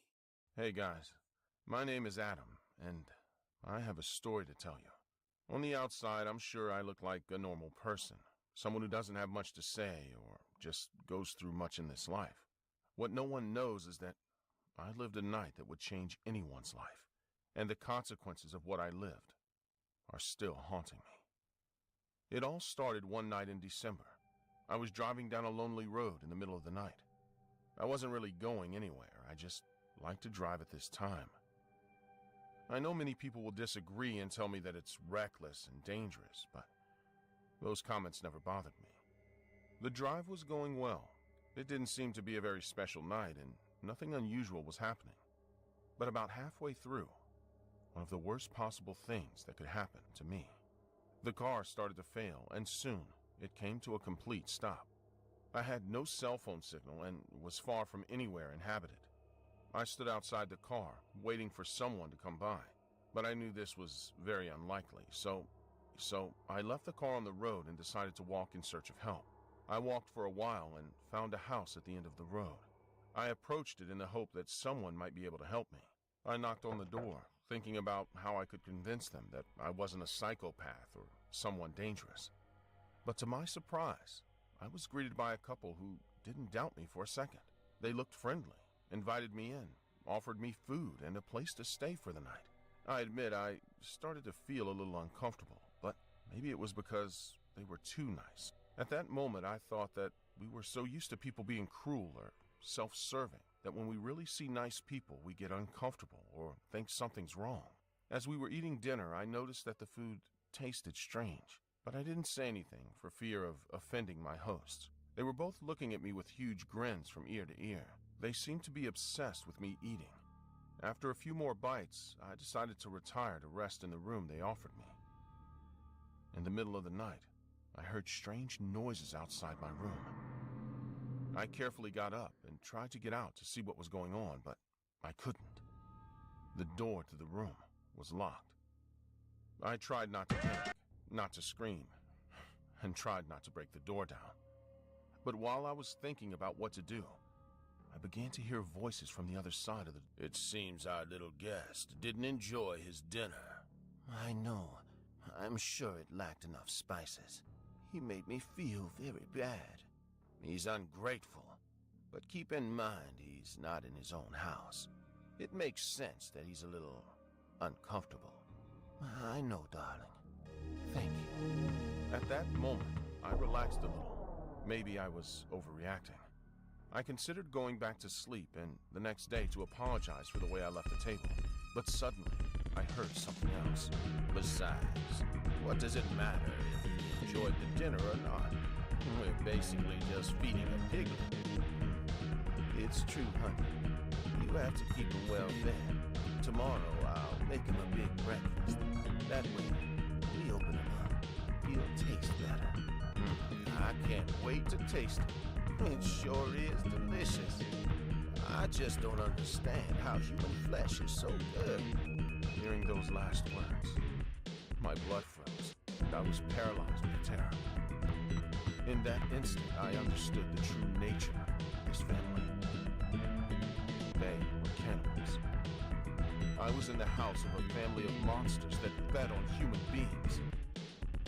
My heart was pounding. I didn't know what to do. I was trapped in the middle of the night, far from any help. I tried to stay cool, but fear paralyzed me. I activated the location on my cell phone and sent it to my brother, telling him I needed help. I quickly told him that I was kidnapped and that if he didn't act quickly, I would be killed. Before I could do anything else, I heard footsteps approaching. I tried to hide, but before I could, the door was opening. It was one of them, with a cold and sinister look. He grabbed me tightly and dragged me into another room. You know, I knew you were listening to everything I was saying. Why do you think I said it out loud? Do you think because we live on the road we don't have cameras? Please, don't eat me. Let me out. Oh, come on. You think after all you heard, I'd let you go? I tried to resist, but he was stronger. He dragged me down the hall and threw me into a room with extreme ease. And as the wife arrived and joined her husband, I saw something that left me in shock. There were dismembered bodies. Human remains everywhere. I tried to escape, struggling with all my might, but they were determined to make me their next victim. Grabbing me roughly, the man sat me on a chair and grabbed both my arms so I couldn't run away. Meanwhile, the woman slowly approached me. She had a huge smile on her face, and in her hands, she had a lighted needle puncher, which was slowly moving toward my head. You know, I was terrified, like I'd never been in my life. But a part of me had some hope. One thing I had noticed since I saw the woman with the hole punch was a strange smell coming from them. It was the smell of wine. At that moment, I felt the man grabbing me somewhat unsteadily and the woman walking towards me in a very slow and meticulous way. But at the same time, erratic. These people knew what they were doing. They had killed before, had every intention of doing it again. But this time, they made a mistake. They were completely drunk. I decided to try and stay calm and loosen my body a little, looking for an opportunity to attack. When the woman was almost at my side, I managed to kick her in the knee. This caused the man to be distracted for a moment, which I took advantage of to get away from him and hit him. As soon as I regained control of the situation, I ran away, without looking back, with my heart beating so hard that I felt it would leave my body. I ran and ran, not knowing where I was going. I was lost in the darkness of the night. I heard their voices behind me, chasing me. No matter how much alcohol they had, they were still very dangerous indeed. And if they caught me, they would not forgive me for running away. This was all a nightmare that refused to end. Finally, I saw lights in the distance. I ran towards the direction they were coming from, and then I identified the lights better. I realized that I was on the road and that those lights were the police.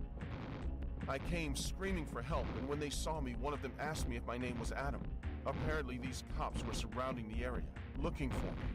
I told the police everything, and they called for reinforcements and went to the cannibal's house, but they didn't find them in the house.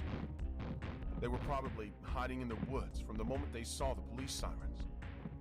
On the other hand, everything I told you proved to be true, since they found the corpses of the previous victims and managed to identify the brutal killers.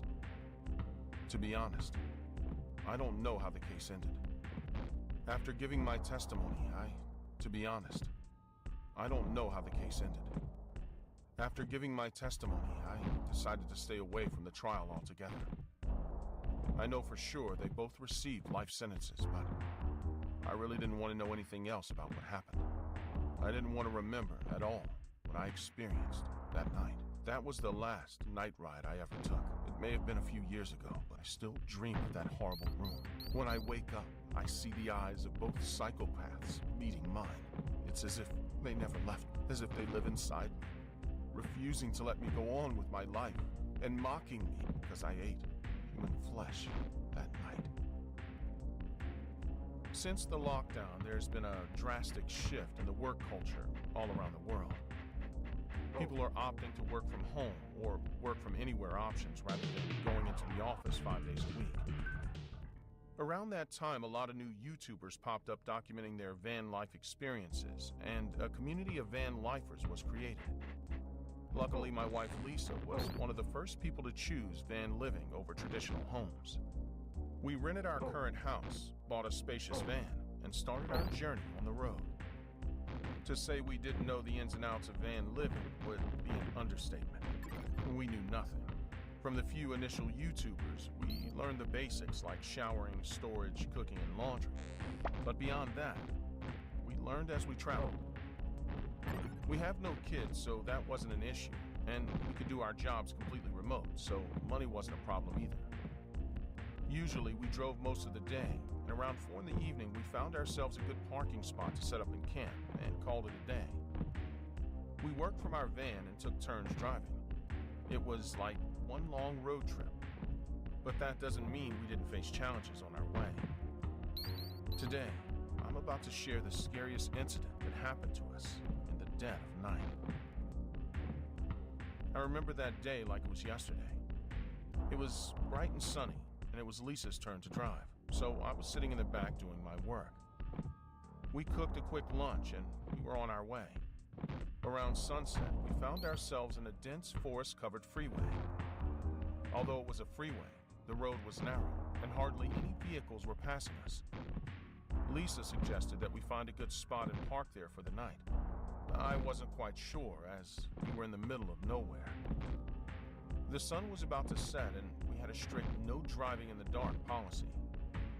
Eventually, we found a small building by the road, and we parked there. Lisa started preparing our dinner while I set up camp outside.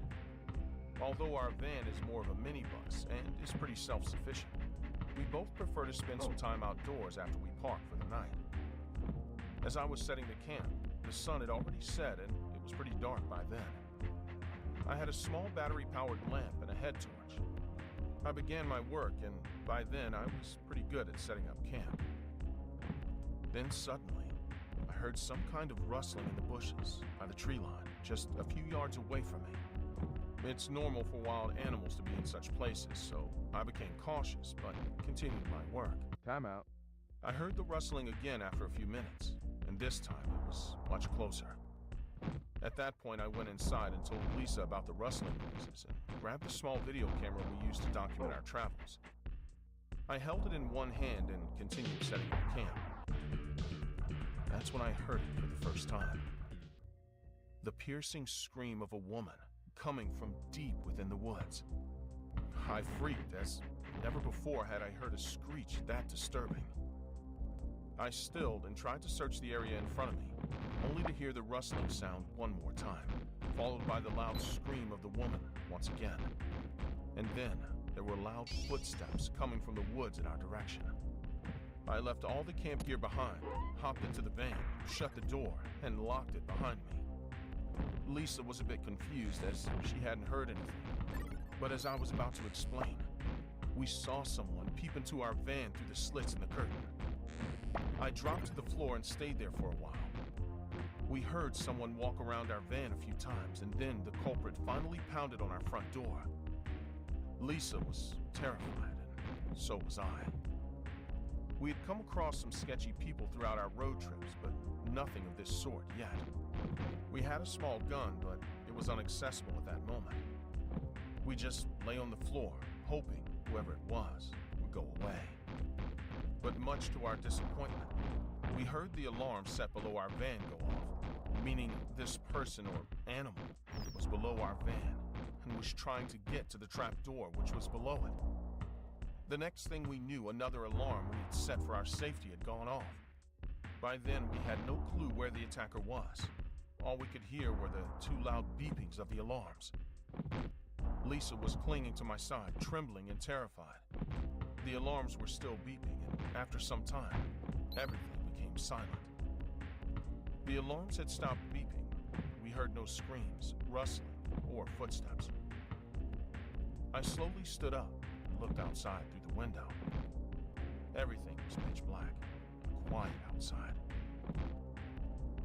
I slowly opened the door, gathered all the camping gear I had left outside, and got back in. Then Lisa and I drove away from that campsite, not caring for our rules anymore.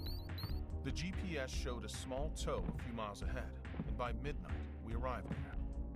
We parked our van in a local grocery store parking lot and decided to grab something to eat as we didn't get a chance to eat our dinner. In the local diner, there was hardly anyone except us. We sat there still for a few moments, just looking at each other, still recovering from the incident. That's when an old man dressed in a waiter's uniform walked up to us with a notepad in hand. What are you city folk doing here in our little town at this ungodly hour? I was the first one to talk, as Lisa was still speechless. I decided to act casual and place our order. We were just passing by and decided to make a pit stop in your lovely town. Could we both get 2 cheeseburgers and fries, please? We'd also like 1 chocolate milkshake with 2 straws. But instead of noting our order, the man kept on staring at Lisa. By any chance, did you folks travel through the Western Freeway? Yes, we did. But why do you ask? Your lady seems like she's seen a ghost. Did anything happen to you while traveling on that road? The old man's questions were a little intrusive, but I saw deep concern on his face. So I finally told him everything we'd experienced. He listened to us patiently, all while shooting worried glances at Lisa. You did good, son. Took your girl and left the damn place. No people of this town drive on that road after sunset, as there's a legend associated with that forest. This is a story my grandma told me.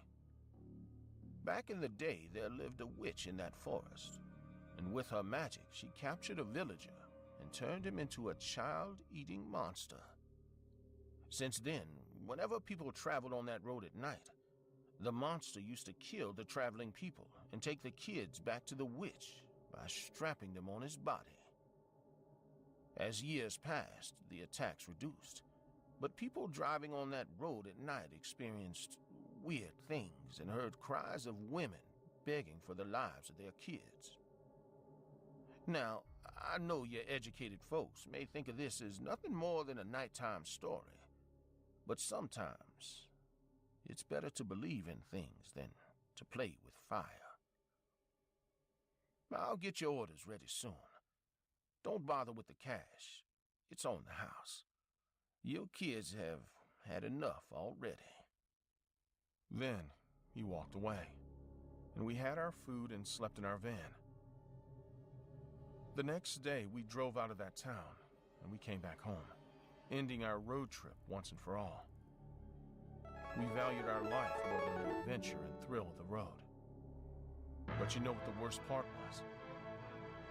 When we got home, and I reviewed the footage from that night, I saw an ugly, fat face peeking from behind one of the trees.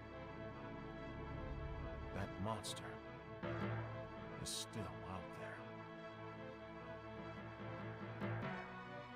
My name is Timothy Malone, and this is a story about how a fast food restaurant I barely went to nearly ended my life in just one visit. One night, about 4 months ago, my girlfriend, Monica, and I had been out with some friends until around 11 p.m. On our drive, we both talked about how we were extremely hungry and would like to find something to eat. Not long after, we found a Wendy's close by, and although I had only been to Wendy's a few times, we parked and walked in to get some food. Now at the time, there was no one else in the restaurant, except one single employee who was working that night. The employee was a middle-aged man.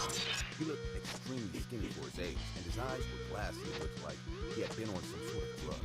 After we walked in, my girlfriend decided she was going to leave the restaurant, leaving me alone for the man to order. As I ordered our meals. Something about the man seemed frightening. He uncomfortably held eye contact, and not once did he say a single word. I figured I was just being careful. Strangers always seem creepier to me. About 15 minutes passed, and I began to worry as my girlfriend still had to come back to the toilet. So I decided to go check to see if she was okay. I knocked on the door, but there was no response from her. I was about to go in when I noticed flashing lights coming from the crack under the door, and not long after, Monica walked out, pale-faced, with dead eyes. Hey, what took you so long? Are you okay? I said. Monica simply walked past me and back to where our food was. I immediately followed her and stood in front of her to make sure she was fine. Monica still didn't respond to me. She simply looked over at the man. They both shared a really strange look, as if they had an understanding of each other. That's when Monica suddenly grabbed a knife from across the counter and swung it at me, cutting my chest. I was completely shocked and in pain as I let out a loud scream. Monica then began to swing the knife frantically at me, cutting me on my arm a couple of times. I eventually managed to grab her arm and get the knife out of her hand before hitting her on the head and saying, "What are you doing?" Me hitting her seemed to snap her out of whatever trance she was in. And before I could even begin to contemplate what had just happened, the Wendy's employee quickly ran to the back and out of the store. After talking with Monica and explaining what had happened, Monica informed me she couldn't remember even walking out of the door and decided to look at the toilet. We walked in to check what was in there, and I discovered the source of the flashing lights I had seen earlier was an old box TV that had a weird video on it. The video displayed different random shapes, colors, and images. We quickly called the police, and in a few minutes, they arrived. The head officer in charge was shocked by our sight. He explained that in the first place, that particular Wendy's was supposed to be closed throughout the week, and the man we had described did not have any prior records that might lead them to him. He also explained some form of hypnosis had been used on Monica, but until they took the time to look deeper into that, there was nothing much he could do. We drove back later that night, paranoid and worried about the strange man following us. Ever since that day, neither my girlfriend nor I have been to another Wendy's fast food restaurant. And quite frankly, we never will.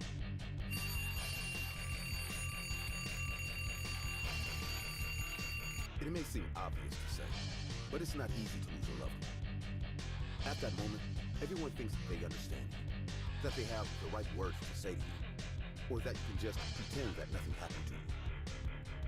I lost a loved one more than 5 years ago.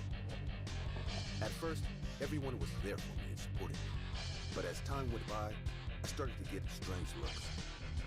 None of them told me directly, but they all wondered how after all this time, I still couldn't stop thinking about Angela, my ex-girlfriend. I understand why they think this 5 years is a long time. What they don't know is that the reason I'm not over Angela is because she visits me. And to be honest with you, her intentions are never good. I'll be honest, my relationship with Angela was never very good. We had our first year of love, as all couples do, but it quickly evolved into what I consider a nightmare. On the one hand, I loved her. She was my partner, and I had this strange feeling that there would be no life after her, as happens to everyone with their first partner. On the other hand, being with Angela was really very difficult. She was very jealous and possessive. Even at the end of the relationship, she was very violent. I never got angry with her because I knew she had depression, and I did everything I could to get her to seek professional help. But there was no case. She was in total denial. All this kept escalating until one day, well, let's say she decided not to be with us anymore. I admit that I felt guilty for a long time. I felt that I could have done something more, and I felt that maybe I was to blame. But with time and therapy, I was able to solve it. What I couldn't resolve was what started to happen after that night. That night, I was at home alone. During that time, I was living in the house of my aunt and uncle, who went to live in another country, and therefore, they left the house for me. It was a very big house for one person, although I enjoyed the space. When it all started, I was on Facebook. That day was the anniversary of Angela's death, and I couldn't think of her again. I was meeting another girl 2 months ago, so I decided it was time to get over Angela. I went on her Facebook profile and deleted her from my friends. Hello? Scared after answering the phone. Hey, it's me. I was thinking, do you want to go see a movie tomorrow? Since you told me you're getting a little busy, we could spend the night together. Oh, yeah, sure. What's wrong? Are you all right? Yeah, I'm sorry. I'm a little disconnected. You're on her profile, right? Hey, you can't keep doing this to yourself. I know. So, tomorrow night? Yes. Make sure you're not late again. I'll be near the cinema because I have to take my sister to work. I'll buy the popcorn while you're coming. Cool. I love you. Love you too. See you tomorrow. Once I ended the call, I was ready to close Facebook. But something caught my attention. Suddenly, a chat window opened up. When I saw the message, it said the name Angela Thompson. And it said she was online. What? This must be a mistake. Instantly, the indicator that Angela was typing popped up, and her message froze me in my tracks. Why did you delete me? I don't know how to explain what I felt at that moment. My body froze, and a horrible feeling of sadness and confusion invaded my whole body. This could not be real. There was no way it could be real. I closed the chat window, but suddenly it opened up again with a new message. Who were you talking to? Was she the one who told you to delete me? Desperate, I closed the chat and tried to close the Facebook window, but I couldn't. The computer wasn't responding. The computer was not responding to me. Every time I pressed the X to close Google Chrome, the screen became more and more distorted. Each time this happened, I could see Angela's face in her profile picture getting closer and closer to the screen, as if it wanted to get out of the profile picture box. In desperation, I unplugged the computer, and that's when it was over. The screen was black. I'll be honest, at that moment, I was confused, scared, and terrified. I didn't know what had just happened. Should I leave the house? Should I destroy the computer? Shut down Facebook? All I knew was that I couldn't stay one more second in this huge, dark house. I went to get a glass of water to catch my breath. Then I would call my girlfriend and tell her to spend the night with me. I didn't know the parents yet, but we could go to a hotel. I drank a glass of water and got ready to leave the house. I went to my room to get my cell phone, but as soon as I walked in, I couldn't believe what I was seeing. The computer. The computer was on again. I looked for the computer cable, and it was still disconnected. But that wasn't the scariest thing. The scariest thing was that Facebook was open, and on it, Angela's profile picture. Only there was a slight change. Angela was not in her profile picture. It was her usual profile, but without her. I tried to leave, but the door was closed. At what point had I closed it? The door usually makes a lot of noise when it closes. How come I didn't hear it? When I looked forward again, my attention was no longer on Facebook, but on what was next to the computer. Out of the darkness, a dark silhouette with long hair began to form. I tried to turn on the lights, but they didn't work. The two lamps had broken at the same time. The silhouette started to walk towards me, and when it advanced far enough, I could recognize it. It was Angela, but her body was gray, almost blue. She had a horrible and intense mark on her neck. I was terrified to understand what that mark meant. Desperate, I pounded with all my might on the door, hoping it would magically open.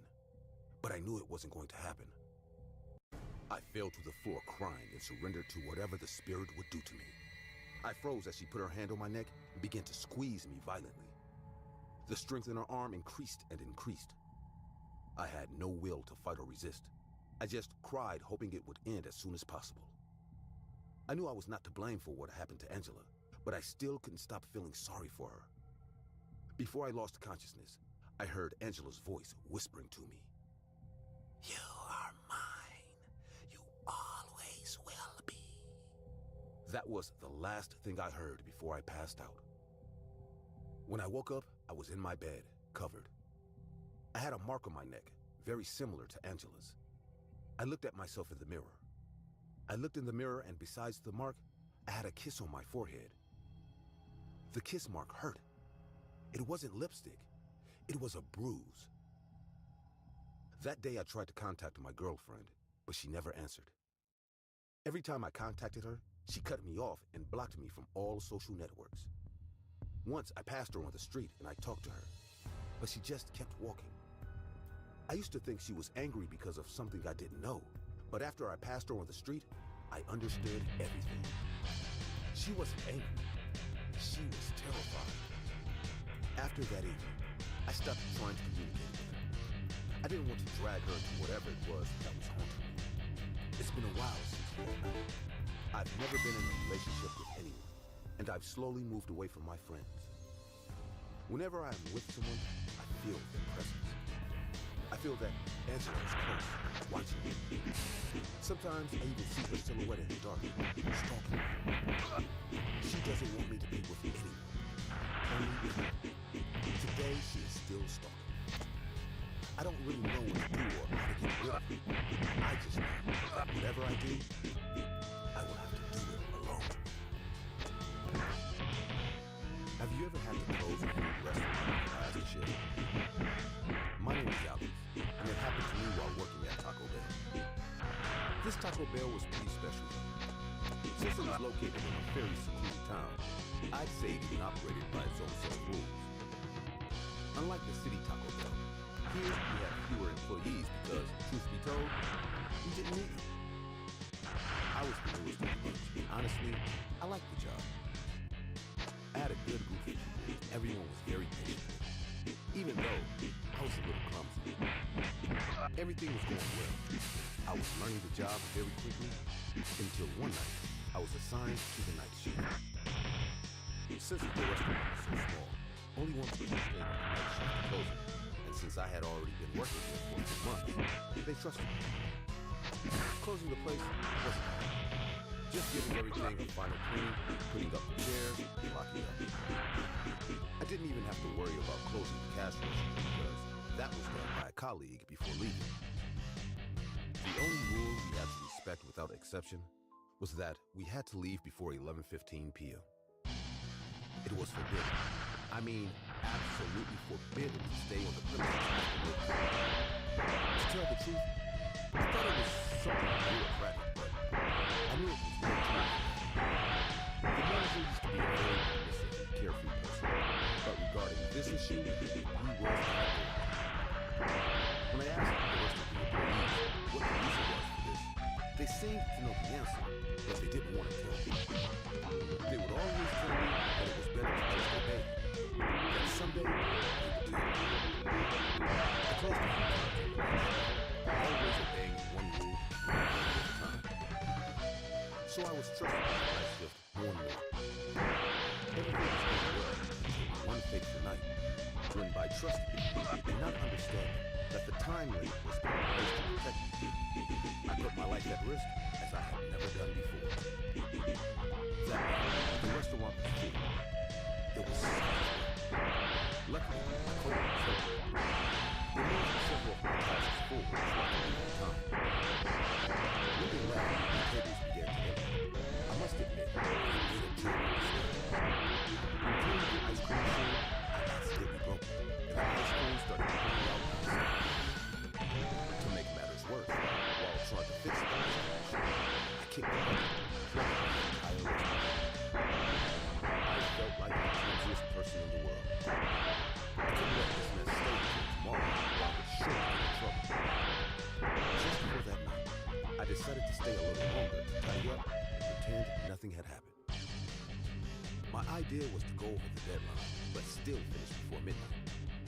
I hurried as fast as I could and finished cleaning up pretty quickly. I went on, and before I knew it, I was done. There was just one little problem. Oh no, it's 12:15. I wasn't going to tell anyone that this had happened to me, but at the same time, I couldn't stay in the restaurant for another minute. I tried to run to my locker to grab my things, but I tripped on the wet floor and fell to the ground. I hurt my arm in the fall, but that was no big deal. It was just a fall. The only problem was that it wasn't at all, because when I raised my head, something had changed. Suddenly, the good vibes of the restaurant disappeared, giving way to an atmosphere of enormous discomfort with the feeling that something was wrong. I don't know how to explain this. It was as if the air had changed. It was as if something was there with me, and that something was very oppressive. Scared, I raised my head. And that's when I saw it. A human figure, or at least it looked like it. But something was wrong. Its eyes were completely black, absorbing all the light around it, and its body seemed to be withered impossibly. I blinked several times, thinking it was an illusion. Maybe there was a gas leak. Maybe I hurt my head without realizing it. The only thing I knew was that no matter what or who was still there, I should move away, because what was in front of me looked very real, and I didn't want to be a victim of that tremendous being. Before I could try to rationalize what was happening, I could see that the shadow began to move slowly in my direction. My heart was pounding so hard that I thought it would burst out of my chest. I tried to scream, but the words wouldn't come out. I backed away slowly, frozen with fear. That figure was moving its legs, but it had no reason to do so since it was floating. Little by little, it began to get closer and closer. Something prevented me from running, as if this twisted and horrifying being was doing something. With a lot of effort, I managed to get up from the ground and try to walk, but things got even worse. Suddenly, I began to feel a strange pressure on my knee. The pressure became stronger and stronger and unbearable. And when I couldn't take the pain anymore, in a single second, my knee broke. I felt I had no more salvation. I started to crawl to the exit while crying in pain, praying that I had enough strength to make it alive for someone to save me. When I almost reached the exit door, my body froze completely. That being that was behind me got too close to me. And now, he was only a few centimeters away from me. Having me at its mercy, the monster made a hand into me, and suddenly, I began to choke. It was as if my throat had temporarily stopped. No air was coming in or going out. I felt like I was going to die that very day. Suddenly, to my rescue, the entrance door next to me opened violently. Without hesitation, he grabbed me and dragged me out of the room. Seeing his face, I realized it was someone I knew. It was my manager. I told you to get out before midnight. Wasn't I not clear enough? What? What was that? We don't know what it is.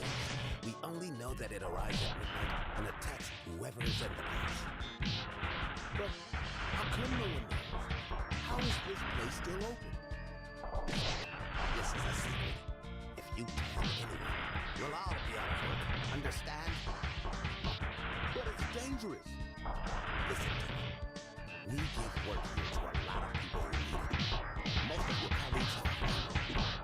We need this place. And as long as we respect the rules, nothing bad will happen. My manager's logic may be strange, but I must admit that I partly understood it. The situation of my coworkers and the people in this town is not the best, so having a place like Taco Bell is very good. Besides, I've been here for several months, and to be honest, nothing has ever happened to me before. I kept working here, but I learned to respect the rules. Every night at 11:15 p.m., I would leave everything ready to leave quickly when the time came. It didn't matter if there was any work to be done. I never encountered that entity again. But the lesson was clear. There are things in this world that we cannot understand, and sometimes it is better not to challenge the unknown. Since then, my mental clock has been set to leave any place before midnight. How many of you like horror? I don't mean watching movies or playing games. I mean defying the paranormal, doing extreme things to look for fear, like playing Ouija, doing urban explorations, and really taking risks in the face of the paranormal. Which of you really likes horror? I always considered myself a big horror fan, but there was always something that bothered me. What if it wasn't real?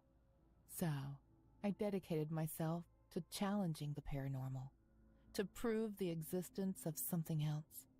Not because I challenged the genre, but because I trusted it, because I knew I could have the ultimate horror experience. I asked for more than I could handle. After spending a lifetime searching for things I wasn't supposed to see, I never thought that the worst thing that could happen was to achieve my goal, since by that very fact, I would be faced with a situation that no living being should ever have to face. It all happened on a Friday night. My parents asked me to spend the weekend at their house to take care of their dog while they were away. I had moved a few years ago, and since the place I was renting was pretty small, I liked the idea of being in a bigger house for a change. But you know what the best thing about it was? That I would finally have enough space to play Daruma-san, also known as the bath game. I won't bore you with the details and get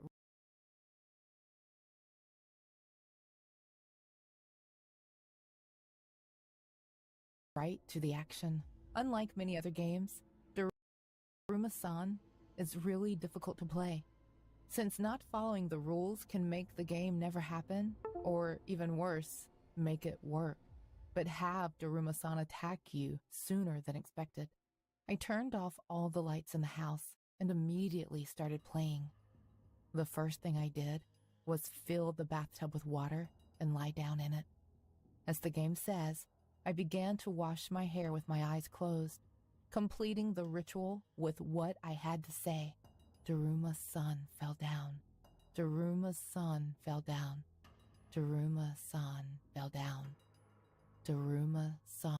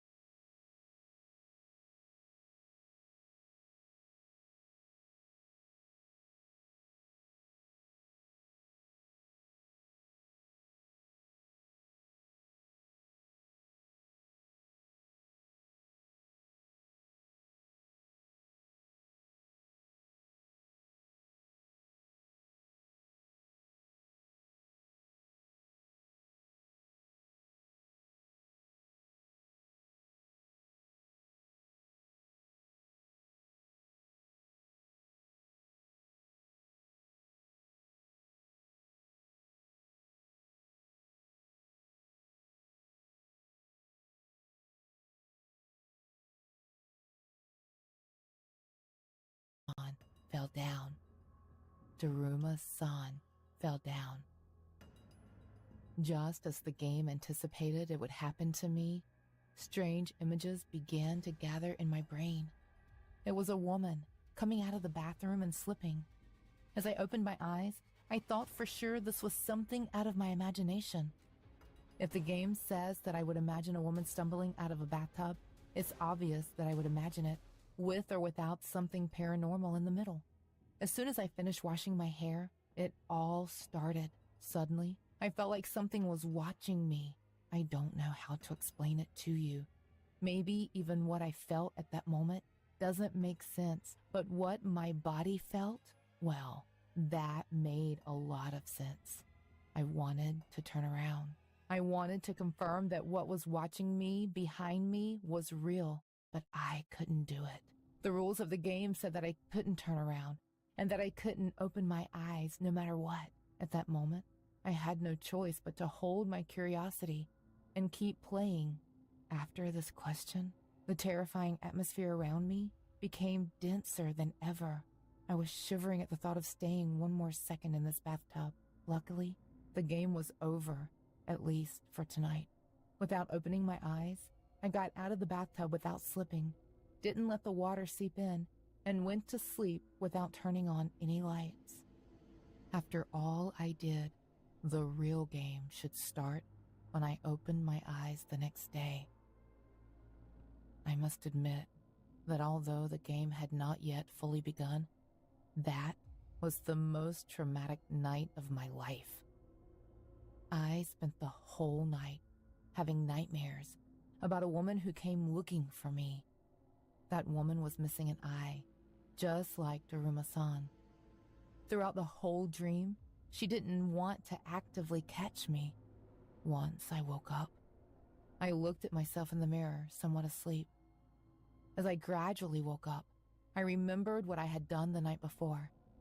In case you don't know, Daruma-san is not about inviting a spirit into your bathtub. No. Daruma-san consists of summoning a spirit that during the next day will do everything possible to kill you. Immediately after remembering this, I began to feel the same thing I had felt the night before when I was in the bathtub.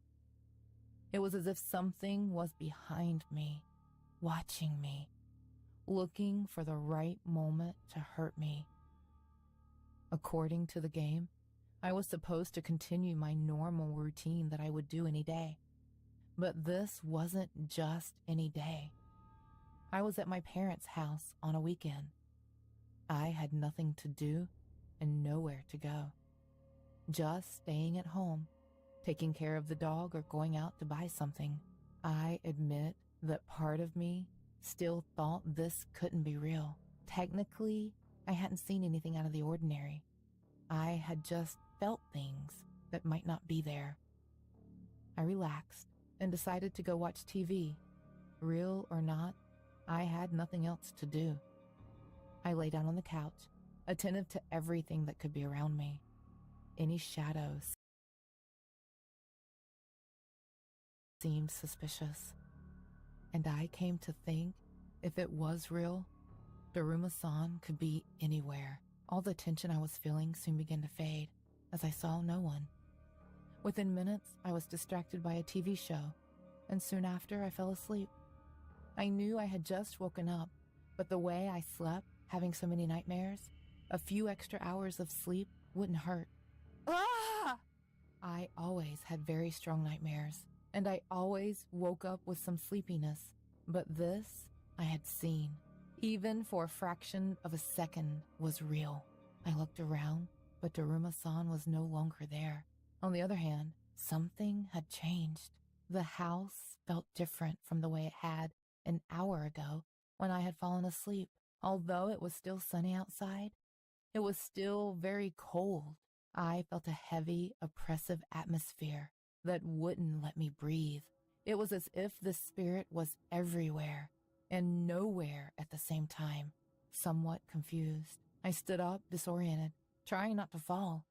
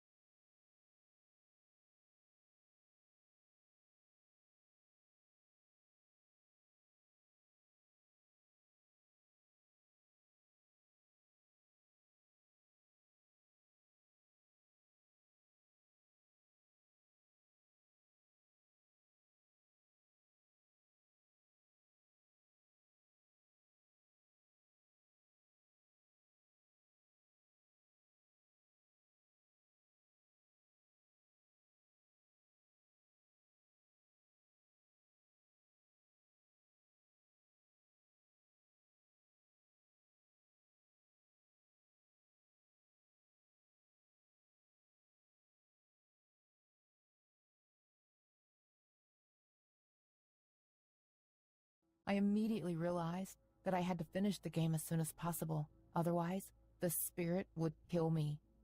I tried as hard as I could to remember the rules, but everything was a blur. I couldn't think. Was this a coincidence? Was it because I was nervous? Or maybe something was doing this to me? Think. The rules. She will always appear behind me. If I turn around and get to see her, all I have to do is say, Kitta, and she'll be gone. I was very nervous, regretting playing this game and thinking that I might die that night. But somehow I managed to stay calm and use logic to survive. I stood against the wall. She couldn't attack me if I saw her. The air was getting heavy again. To my surprise, Daruma-san appeared in front of me, without any concealment at all. Her very presence chilled my blood. She was very difficult to see, as she was covered by a mist that hid a large part of her body. Her hair was black, and her skin was white and intense. She looked dead, and indeed she was. She approached slowly, floating and disorienting with every centimeter she advanced. When I was about to say the word to win the game, I realized I couldn't speak. This was not nerves. I felt something that did not allow me to speak. As I touched my throat, I could feel a lump in it. I was choking. As I struggled to breathe, Daruma slowly approached me. With every inch she took, the atmosphere became heavier, and I found it harder and harder to breathe. My vision was getting blurry. I was about to faint. Maybe this was for the best. I would rather have lost consciousness before Daruma-san caught me. My eyes started to close until suddenly I heard something. Slowly and indifferently, I could see Daruma-san turn her eyes to the dog. She was about to look at me again, but during that second, I realized something. I could breathe again.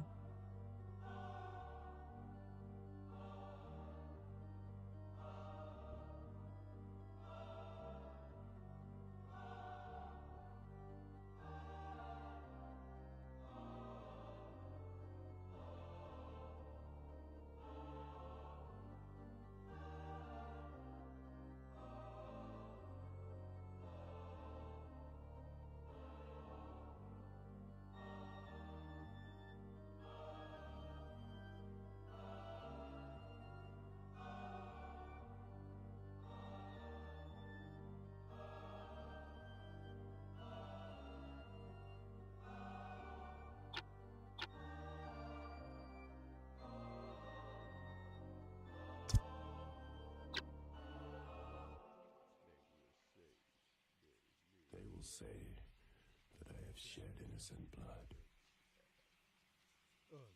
What's blood for, if not for shedding? With my hook for a hand, I'll split you from your groin to your gullet. Ooh, there, bro. sanctified. National Guard, North English Company.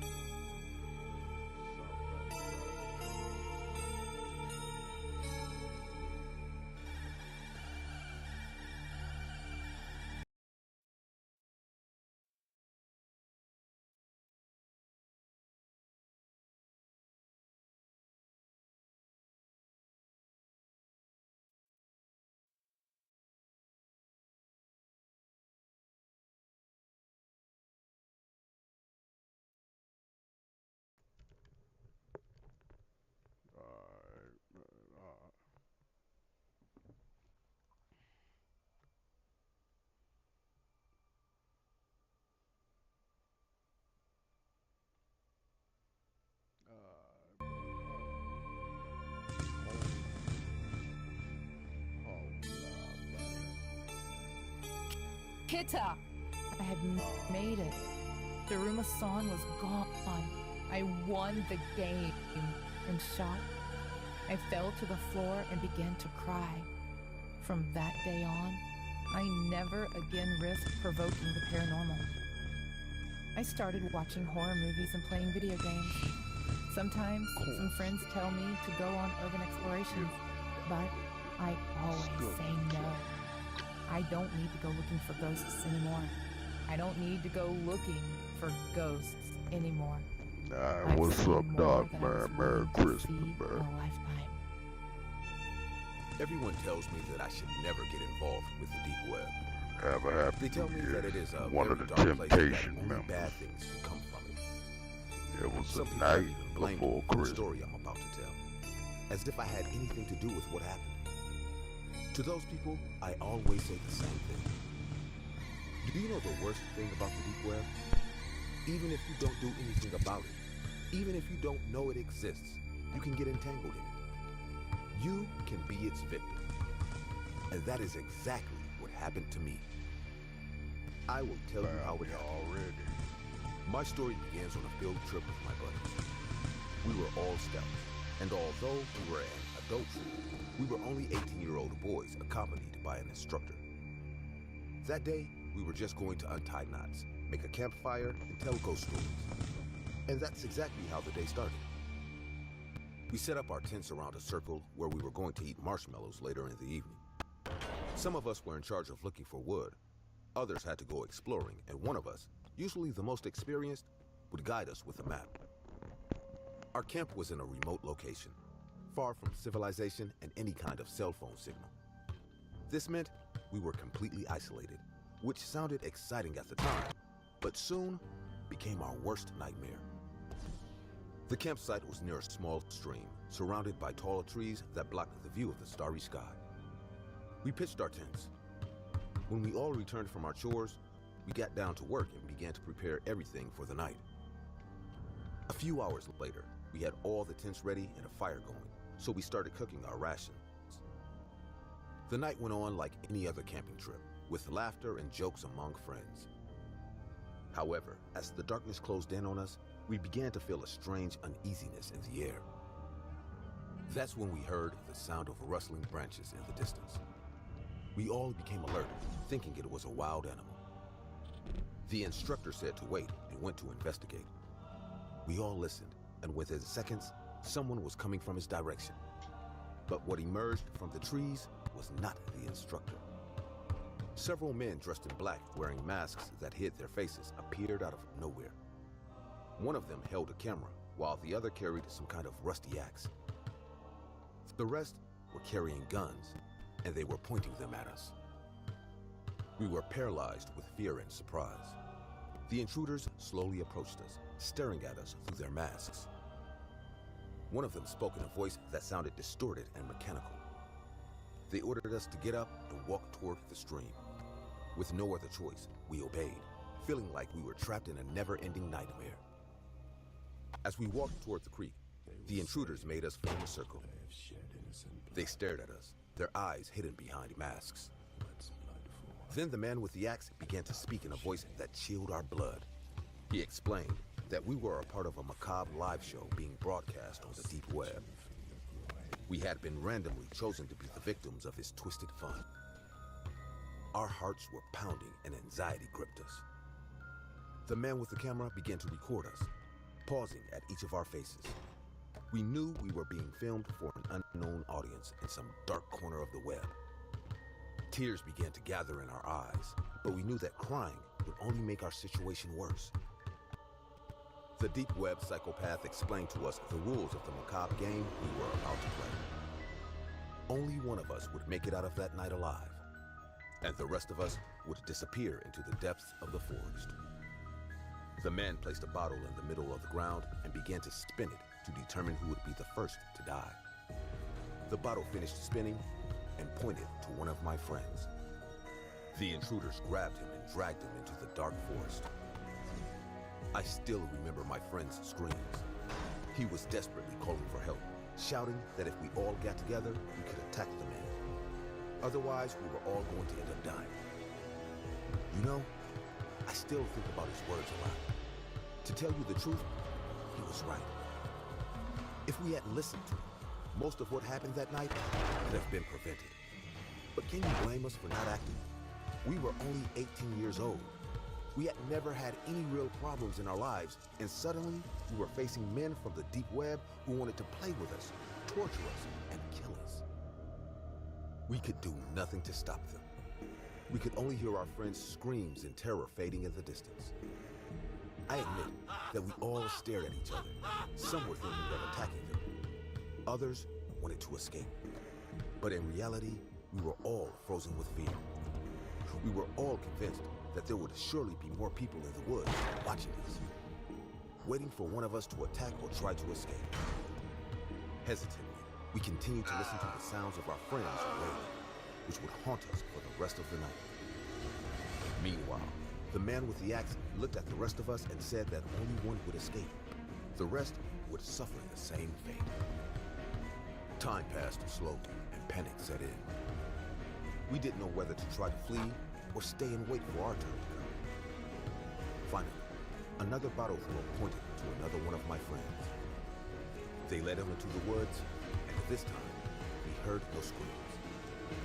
Just an eerie silence that left us even more terrified. As the night progressed, the intruders continued to pick off our friends one by one. Each time one of them disappeared, a sense of helplessness and despair grew in me.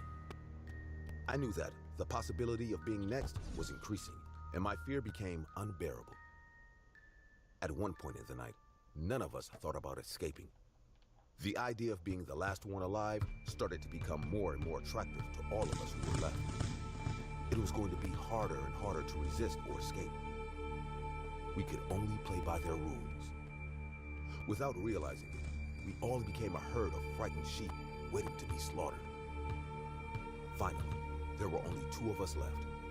My best friend, Mark, and me.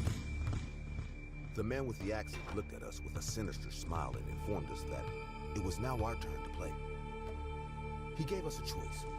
We could fight each other to the death, and the survivor would be free, or we could refuse and face an even worse fate. Mark and I looked at each other with terror in our eyes, knowing we had no choice. The fight was brutal and heartbreaking.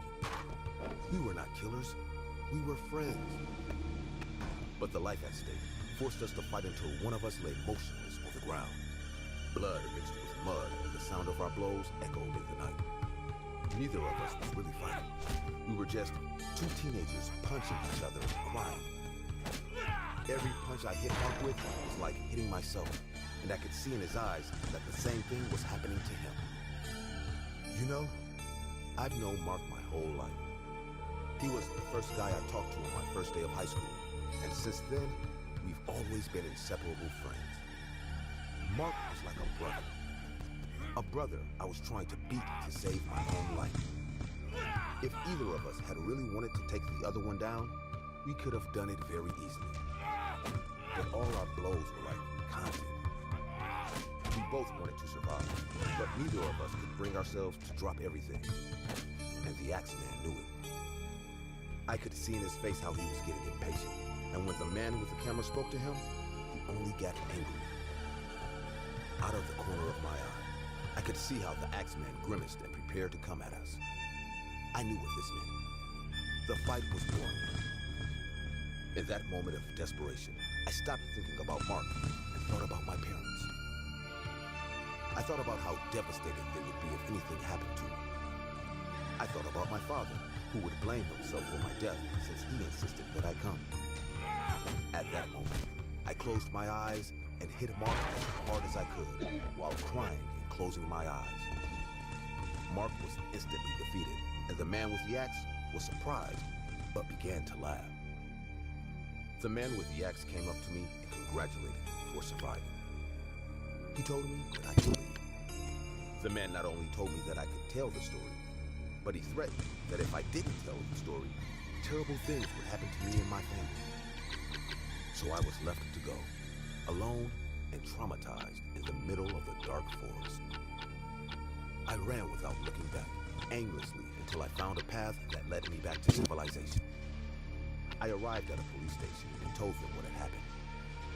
However, the police could find no trace of the deep web psychopaths or my missing friends. The deep web is a dark and mysterious place, difficult to trace.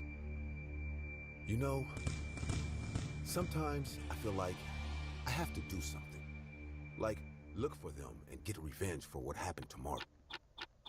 But inside, I know they are just fantasies. I have no choice but to live like a coward. A coward whose family is alive and plans to keep them that way.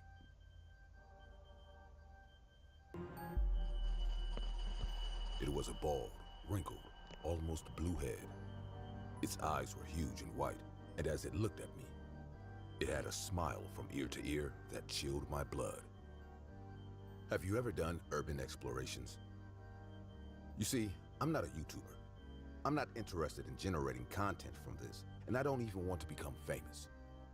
I just enjoy getting into places where other people wouldn't go. To tell you the truth, I never believed in the paranormal, and that's not what I was looking for in these explorations. And that's why I can tell you this story, as I spent months thinking I had gone crazy. It all started on a camping day. I had planned to do an exploration of the forest. Nothing out of the ordinary. I was just going to spend the night in the woods. None of my friends could go, but I had no problem with that. It wasn't my first exploration alone, and it wasn't going to be my last one either. Or so I thought. I spent the whole day going deep into the heart of the forest.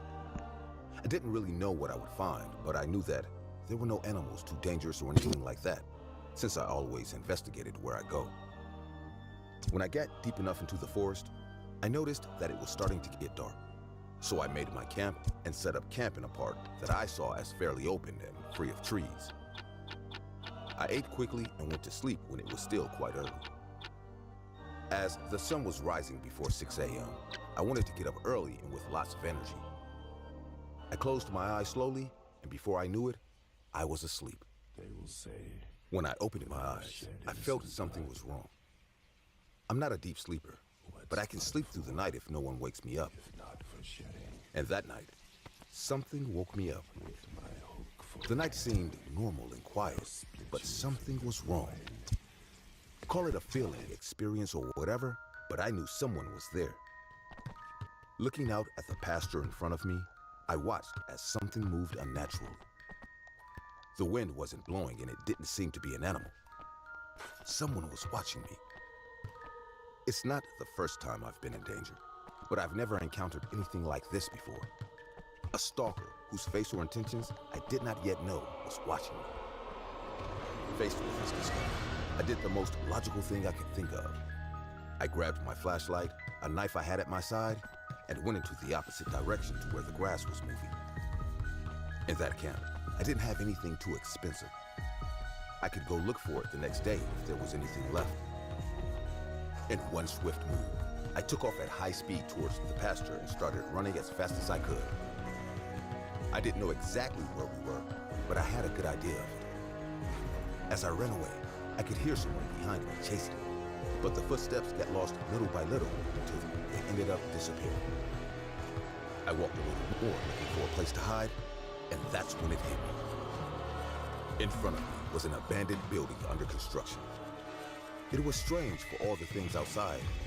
It looked like a hospital. But what was a hospital doing in the middle of nowhere? Why was it abandoned? Whatever the reason, it was a good hiding place from whoever was still walking near me. So I decided to go in and hide until I was sure this person wasn't following me anymore, or just that it would be daylight. Once inside, I realized that the place was fuller than I thought. Why would they leave a place like this half-built? I explored the abandoned hospital, trying to get as far into it as possible. I wasn't really afraid of what might be inside the hospital, but it was the man who was stalking me outside that really terrified me. Behind a closed double door, there were lights. How was this possible? How did the energy get here? Why was it coming? Where was I? I admit that curiosity got the better of me, and I walked to the door. Once I opened it, I was met with a new surprise. Behind the closed door, there were no people. There were no guards, and they were not performing any experiments or anything I could expect. It was just a hallway with light. I walked a little inside this corridor, considering going into one of these doors to hide. If that person who was stalking me saw this place, he would surely think there were guards and would not want to enter. I walked in with a big smile, thinking that the worst had already happened and that surely this person could not do anything, when something in front of me made me stop in my tracks and fall to the floor with fright. One of the doors to the lighted corridor was open. Behind that door, there was no light, just gloom.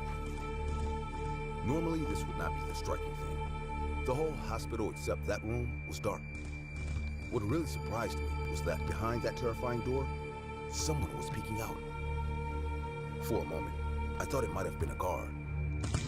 It could also be my stalker or a simple homeless person who was living in the hospital.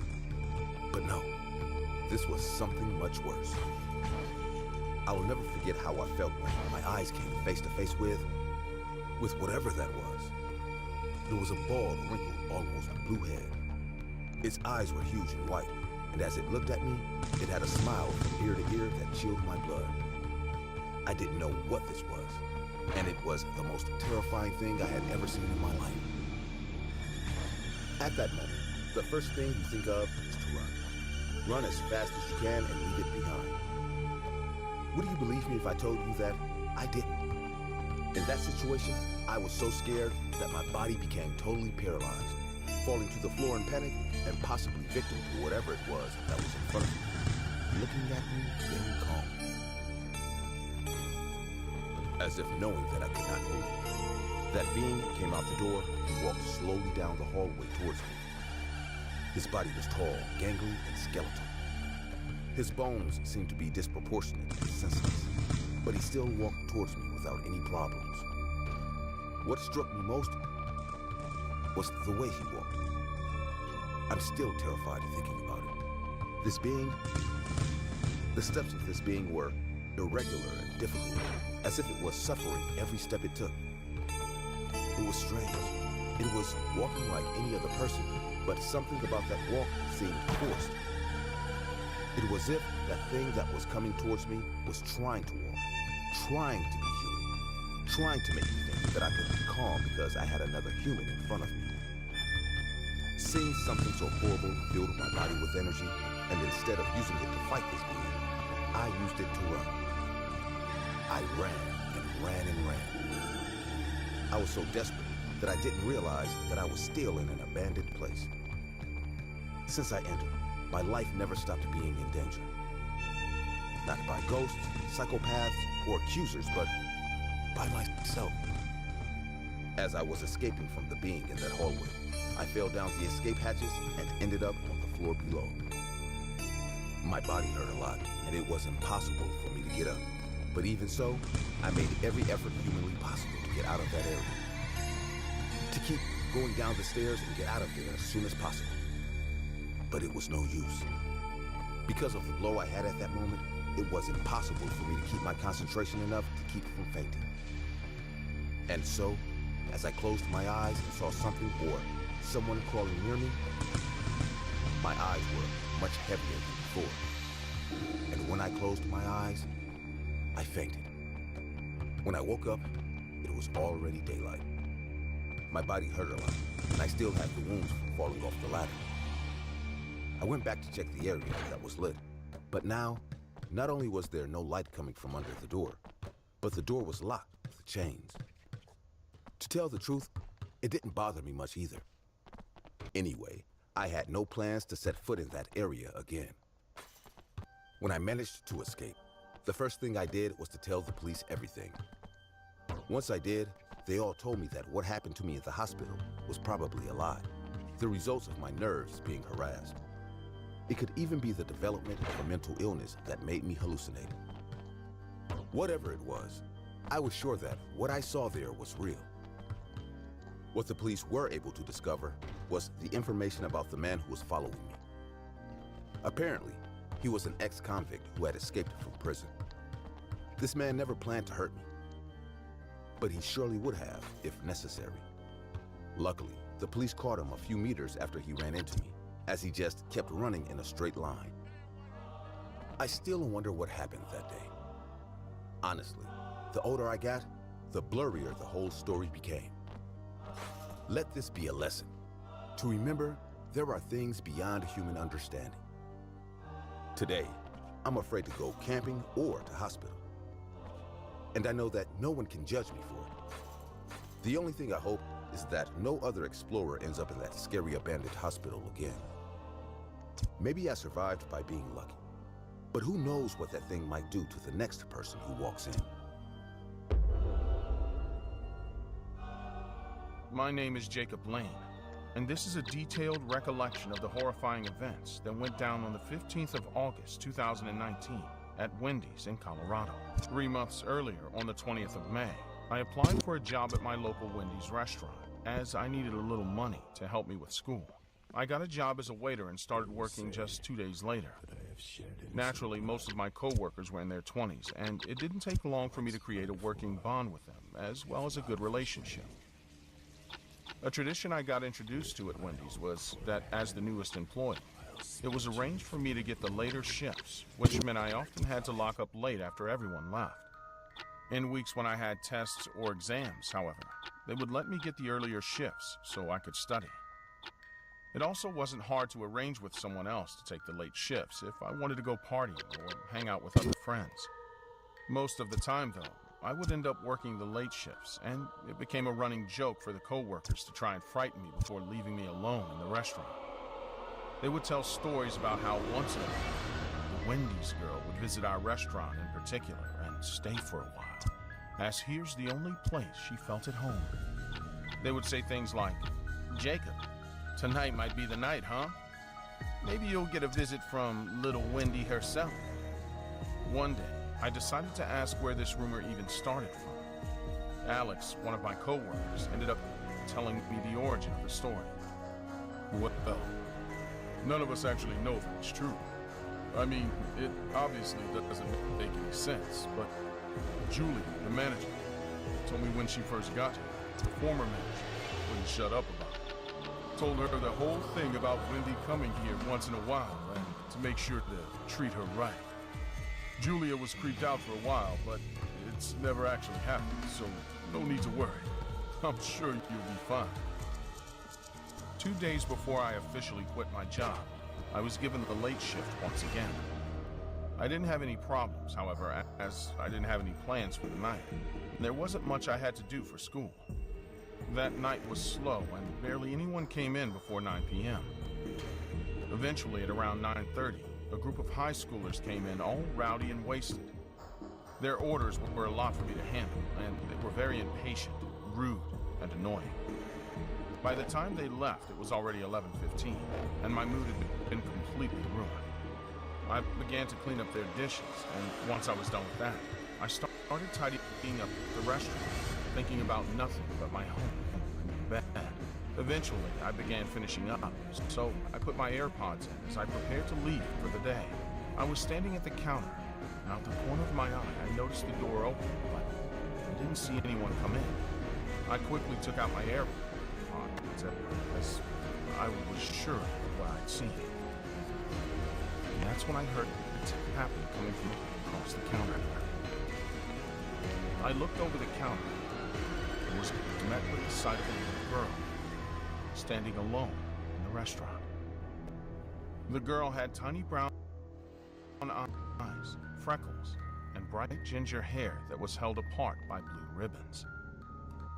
At first, I didn't realize the obvious similarity she had with the Wendy's girl, as despite her look not being what you saw every day, there wasn't anything particularly odd about the little girl's physical features. Now, the way she was dressed, however, was a completely different story, as that was what revealed to me her identical similarity to the Wendy's girl. Everything she wore was the colors blue and white, from the dress to the socks to the shoes. The girl stood silently, looking directly at me, and in that moment, all I could think about was how tired I was and how that night wasn't the night for the guys to pull a prank on me. I walked to the other side of the counter to meet the child and said, "Yeah, kid, this is a nice outfit and all, but I'm not really in the mood for jokes. You can go tell the guys to come out from wherever they're hiding." I had expected a somewhat childlike reaction from the girl, but she simply said nothing and proceeded to walk over to a table before taking a seat. I was still in a very bad mood, and the child's silence was only adding to my frustration. So I walked out the door into the parking lot and said, "Very funny, guys. Now's not the time for this." I waited for someone to come out, but the parking lot remained completely silent, and the only sounds I could hear were crickets. I walked back in to find the child seated with a menu. She looked up as I walked back in and finally spoke. "I want one of everything on this menu. You can take your time." At that point, I was completely frustrated and annoyed. But a part of me was confused as to how the little girl didn't act or sound her age in any way at all. Nothing about her had the childish innocence all kids her age show. Instead, she gave off a mature and dark vibe. She was still a child, however, and I wasn't going to serve her anything. So I said, "First of all, young lady, we closed 15 minutes ago. And secondly, I don't care what you want, so please get up and go home." The girl looked shocked and responded calmly with, I am home. The look in her eyes as she said that sent chills down my spine. I couldn't entertain the situation anymore, and I didn't know what it was about her, but I suddenly had goosebumps all over my body. The child sat still as she stared into my eyes, and at that moment, I realized it wasn't a joke, and I might lose my life if I didn't do what I was told. The girl looked away and finally broke the silence, saying, You shouldn't be rude to me in my home. You all need to learn to respect. I walked away from her, completely confused as to how a child could make me frozen with fear. My mind immediately began to ponder the possibility of the jokes my coworkers told being true. All I knew was there was something very wrong with that child, and although I wasn't sure what it was, I knew it wouldn't be smart to stick around and find out. So I acted as if I was headed behind the counter, but I quickly burst out the front door and began running to the apartment complex down the street. As I ran away from Wendy's, all I could think of was, am I really running from a little girl? Those thoughts, however, were quickly justified as I heard a loud scream come from behind me, followed by rapid footsteps. I looked back to see Wendy running towards me at great speed with a large knife from our kitchen in hand. I kept running, but each time I looked back, she seemed closer and closer until eventually I felt a sharp pain through my leg, causing me to fall. The girl frantically crawled on top of me, stabbing my arm, legs, and shoulder, grunting heavily in the process. She eventually crawled up to face me. Her eyes remained still, dead, empty, and my blood had covered most of her freckles. The girl gripped my neck before saying, "You shouldn't be rude to me in my home. You all need to learn respect." She raised the knife to stab me again, but the headlights of a car pulling out of the apartment complex lit up the road I was lying on, and the driver screamed as soon as she saw what was happening. Before the driver could get out of the car to help, Wendy got off me and ran straight into the darkness, disappearing just as quickly as she had appeared. The police and my boss arrived with the paramedics later that night, and after I told them my story, they came up with two possible conclusions. The first being that I was high on drugs and got into a fight with someone, and the second being that there was a crazy individual probably suffering from a type of dwarfism and skeletal dysplasia called SED, a bone growth disorder resulting in skeletal abnormalities that allowed her to pose as a child and carry out her crazy and twisted fantasy as the Wendy's girl. The cops explained this had happened before in the case of Barbara Skolova, who posed as a 12-year-old girl named Annika in the Czech Republic. The woman who stopped to help corroborated my story and confirmed she also saw the little girl who was attacking me before running away. Her statement and the drug test I was given led the police to decide it was probably the second theory and put out a search warrant for the woman. I quit my job 2 days later, and no matter how much I tried to convince myself the police theory was right, I've always known, deep down, there was nothing normal about the eyes of the Wendy's girl I saw that night. Over the years, after hearing numerous horror cases and stories, I've come to realize there's also nothing normal about everyone's favorite fast food restaurant, Wendy's. This case is loosely based on the story of John Stugart, a Wendy's employee in the early 80s who claimed to have had an encounter with the popular Wendy's mascot herself. The employee claimed that the child visited him late at night while working alone and attacked him when he tried attending to her. After further investigation, however, it was decided the employee was mentally unstable and he was put in a psychiatric hospital just 3 months later. Most records of this case were quickly discarded, which led many people, including myself, to ask the question, was he really mad, or was there something bigger going on? What could have been the truth about the night Stugart spent alone at Wendy's? And what could be the secret our favorite restaurant, Wendy, doesn't want us finding out? For the last year, I've been a regular viewer of this channel, and let me tell you how happy I get when a new video pops up in my notification. I know a lot of you can relate to this. Being a truck driver, most of the time I'm on the road. These videos and music keep me entertained throughout my drives. But today, I'm going to share a true night driving horror story with you, and I hope you enjoy it. My name is Stefan, and for the past 8 years I've been a truck driver.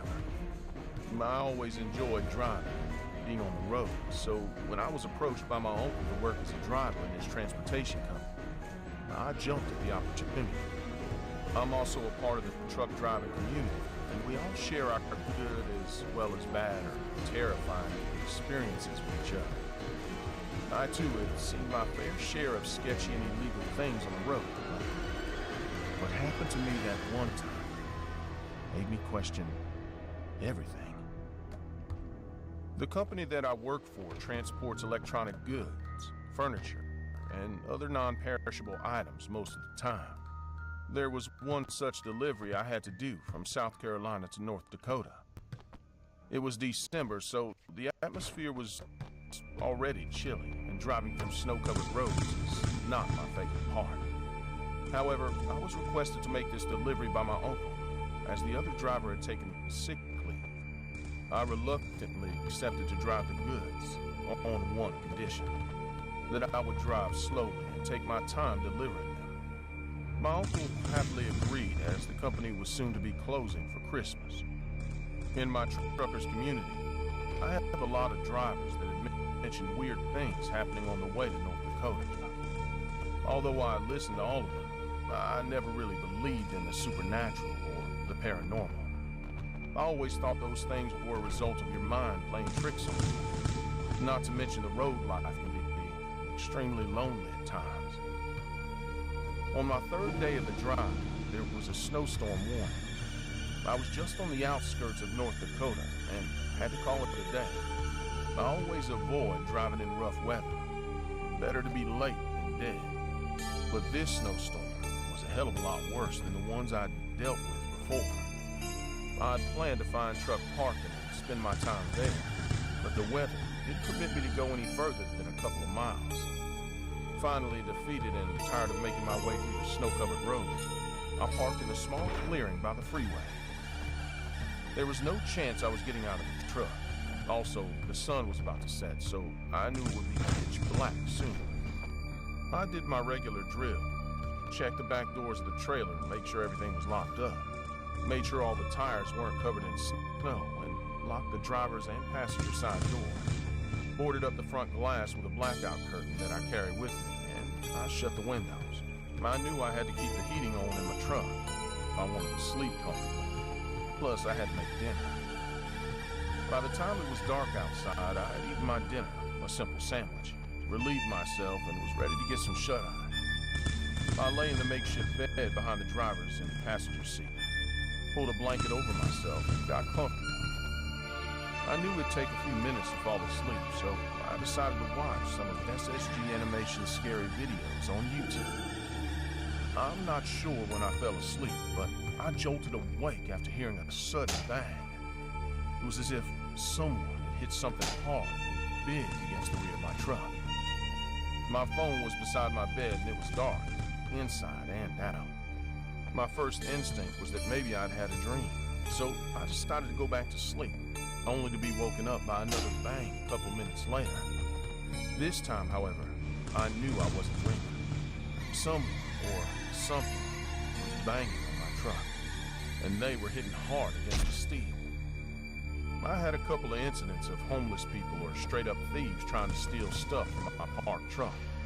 But who would get here in the middle of a snowstorm with 2 or 3 feet of snow everywhere? Bang!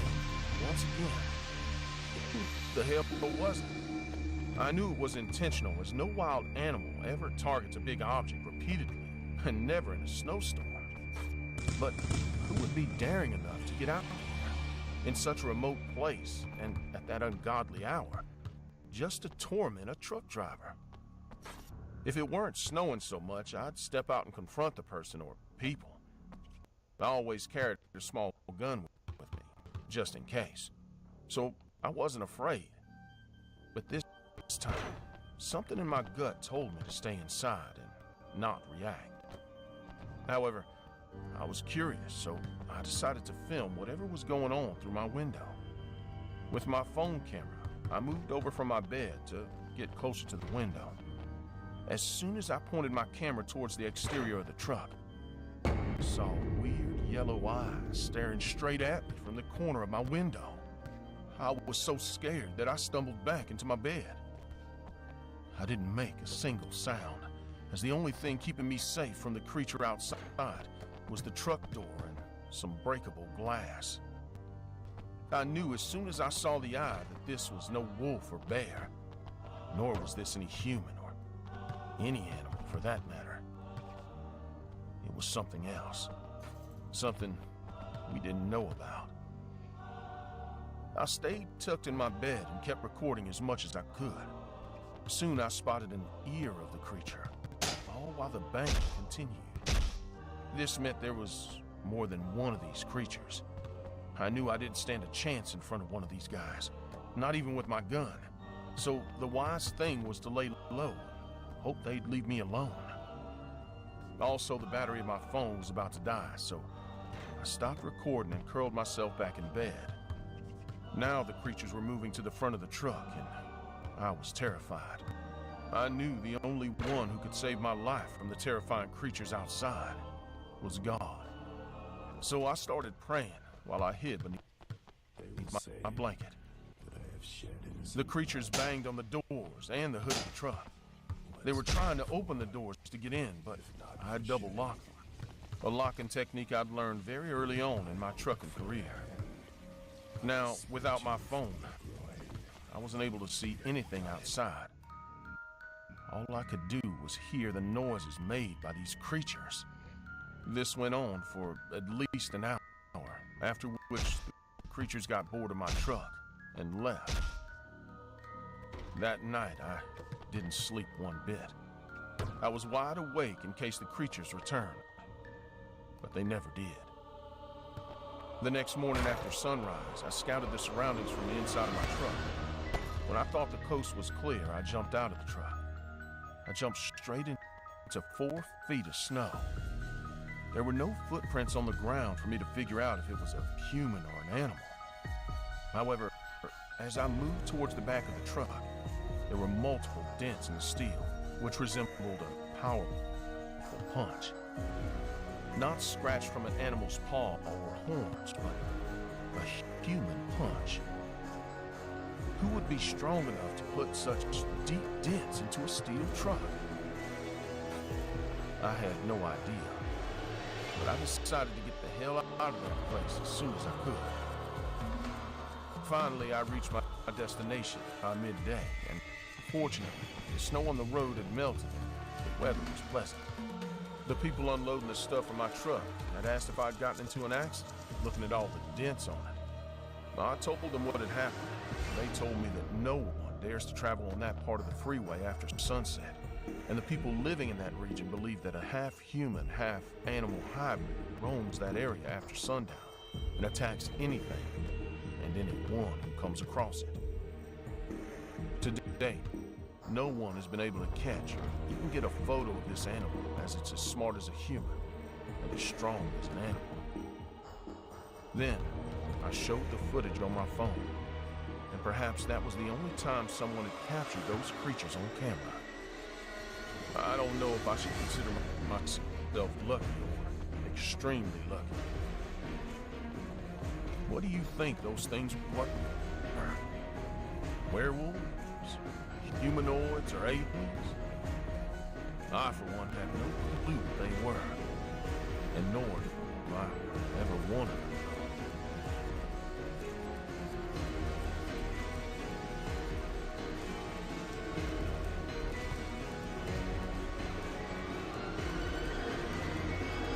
I was alone in McDonald's one night, as usual, closing up shop after a long shift. It was a cold, rainy night, and the atmosphere of the restaurant was eerie. My coworkers had already finished their work and left, leaving me alone to take care of the final cleaning and closing tasks. The place was silent, with only the sounds of the rain pattering against the glass and the hum of the fluorescent lights. As I went about my chores, I began to feel a strange sensation, as if someone was watching me. As I was cleaning the tables and picking up the trash, I noticed that one of the chairs was slightly pushed out of its usual place. I went over to adjust it, thinking that someone might have moved it before leaving, but I didn't see anyone in the restaurant. As I finished picking up the trash in the table area, something else strange caught my eye. The cash register was open. I remember closing it after the last customer paid for his order. I cautiously approached it and closed it again, wondering if I had forgotten to do so. The feeling of being watched continued to grow, and now I felt more uncomfortable than ever. As I headed toward the kitchen to finish cleaning the fryer, I heard a noise coming from the bathroom area. I walked over and saw that the men's room door was opening and closing on its own, as if someone was inside.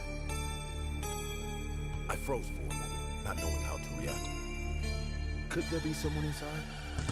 Would there be anyone else in the restaurant besides me? With slow, fearful steps, I approached the bathroom door and carefully pushed it open. To my surprise, it was empty. There was no one there. The feeling that something strange was going on became more intense. I decided to quickly finish the cleaning and close the McDonald's. I headed to the kitchen, and as I was tending to the fryer, I felt an intense cold all around me. I looked toward the window and saw a blurry figure standing next to the soda machine. The figure was fuzzy, as if composed of shadows. I couldn't make out facial features, but I could feel its presence. My heart was pounding as I faced this terrifying sight. I decided to remain calm and not let fear overpower me.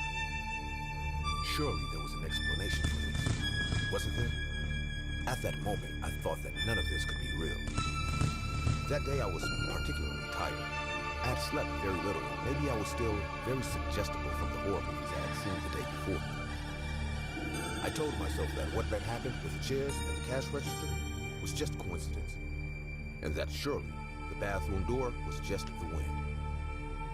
All of that had been a suggestion, and surely now it was just my head playing tricks on me. In denial, but absolutely terrified, I finished cleaning the fryer, but the figure was still there, motionless. The atmosphere was filled with negative and hostile energy. I felt the air was tighter than ever, and I began to breathe with more and more difficulty. Confused, I looked back in the direction of the shadow, but something had changed. She was no longer there.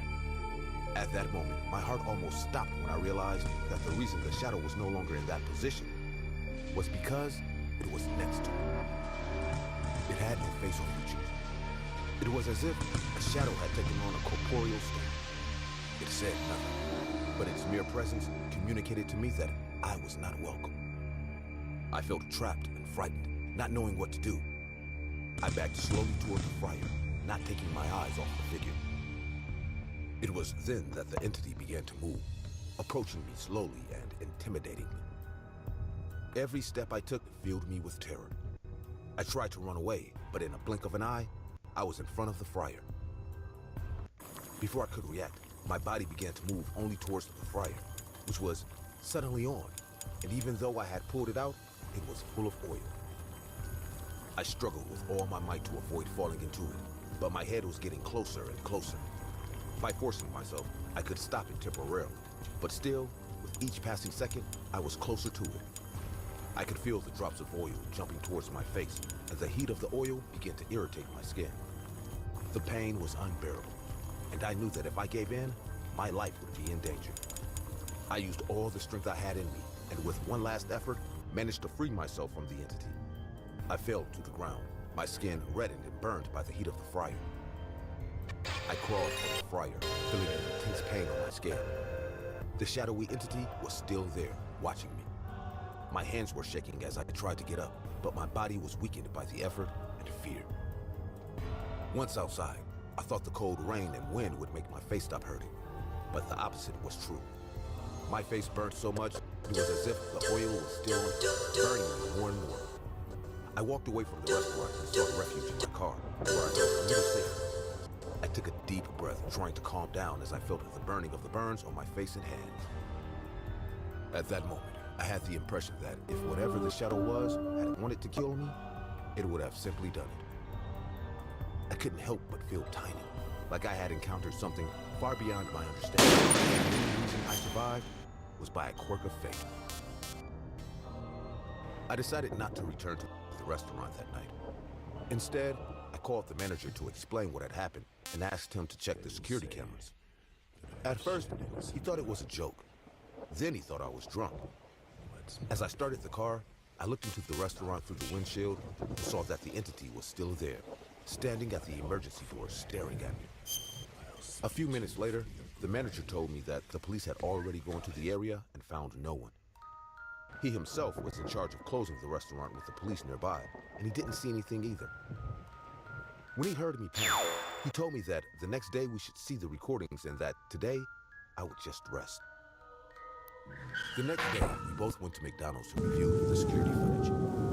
My manager found out that everything I had told him was true. On the recording, we could see how I was struggling against myself to keep my head out of the water, while a shadow was standing in front of me. There was no logical explanation for its origin or nature, but the manager confessed to me that other employees had warned him that they had seen a strange figure during the night. He naturally never believed the stories and thought it was an inside joke the night shift employees had on him. At that moment, he realized that everything he had been told was true. The figure seemed to have appeared out of nowhere. It simply appeared, until in a moment, out of nowhere, it disappeared again.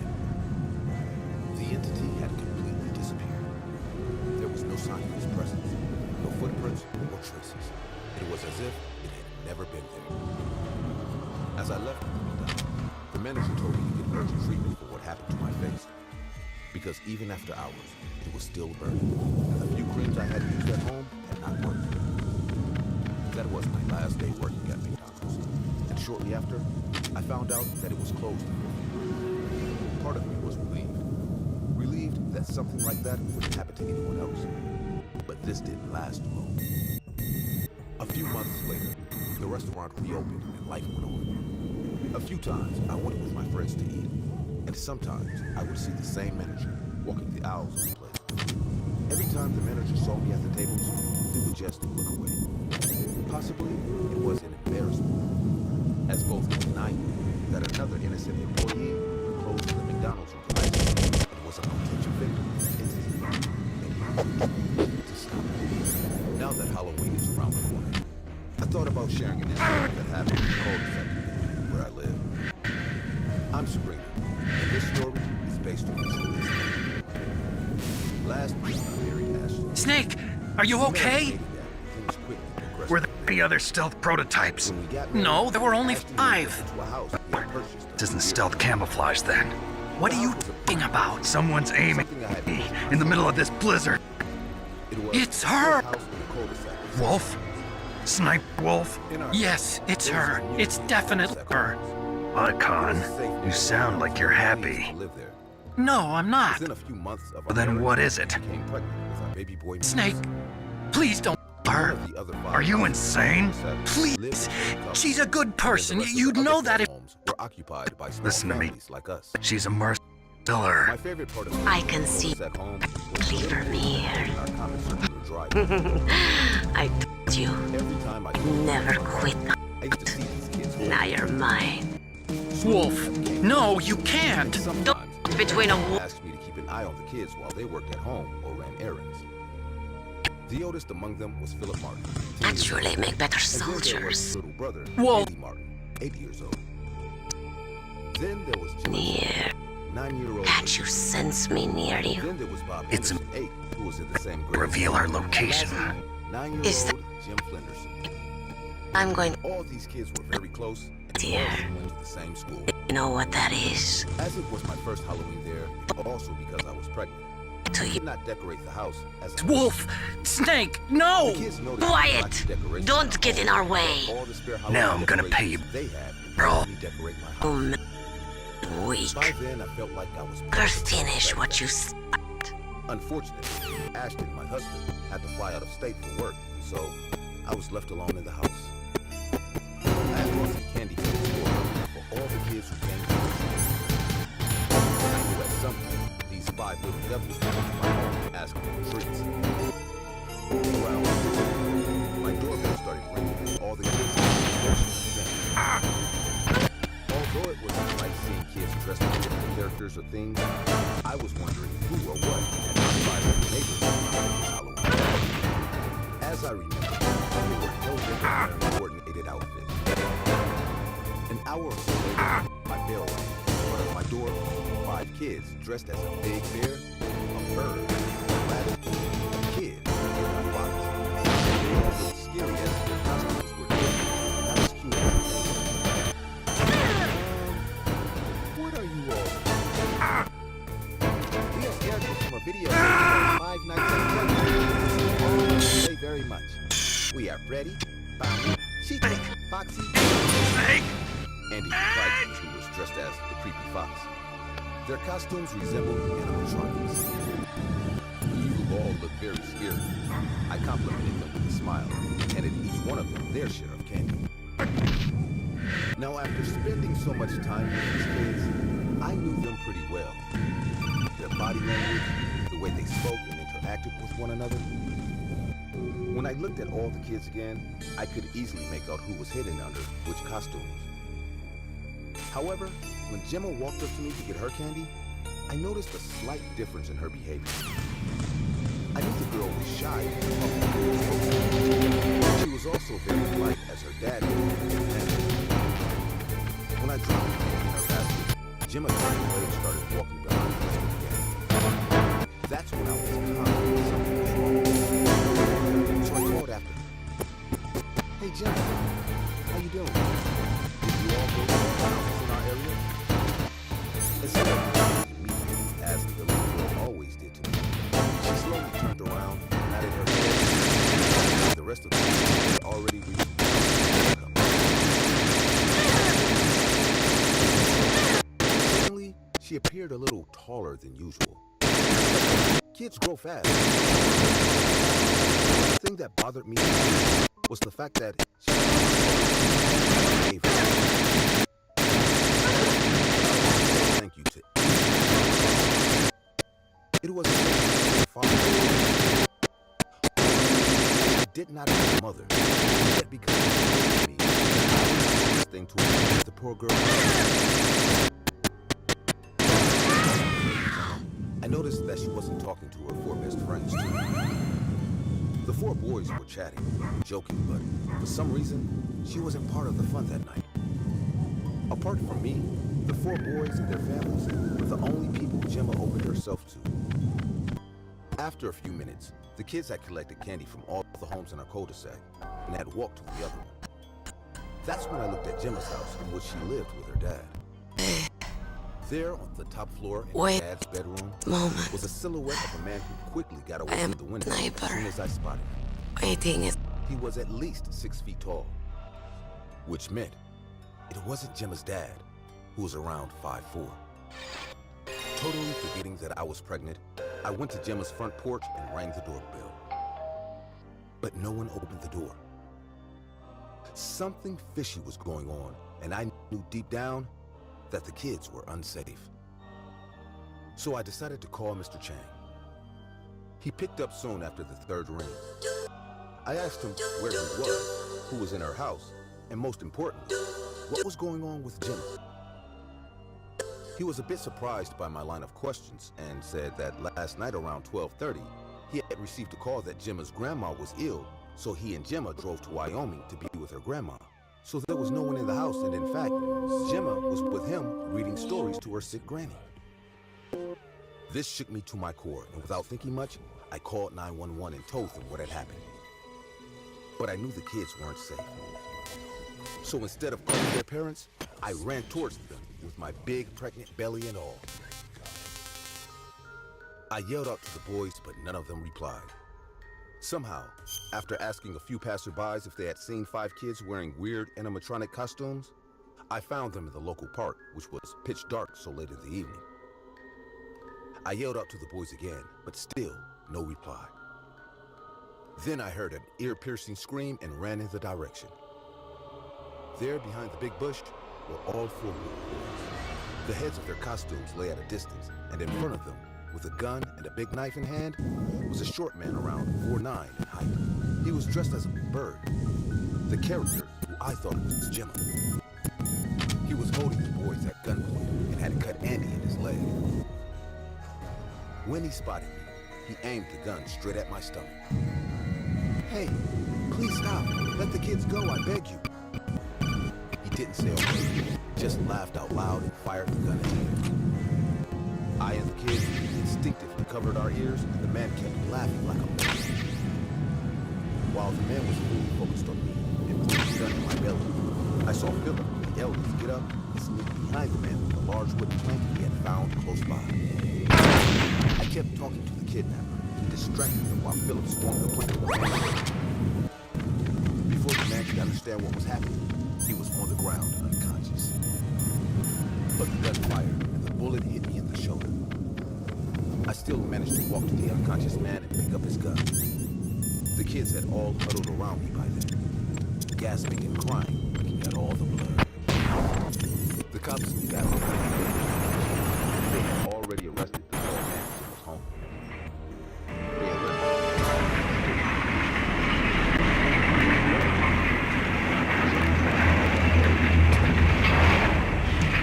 They This is Raven's territory. Snakes don't belong in Alaska.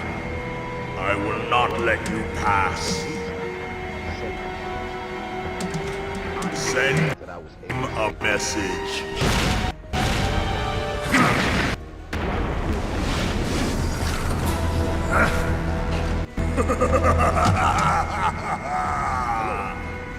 That's right, you belong on the ground. You should crawl like the snake you are. Come, let's fight. We're on a mission to reach 'Cause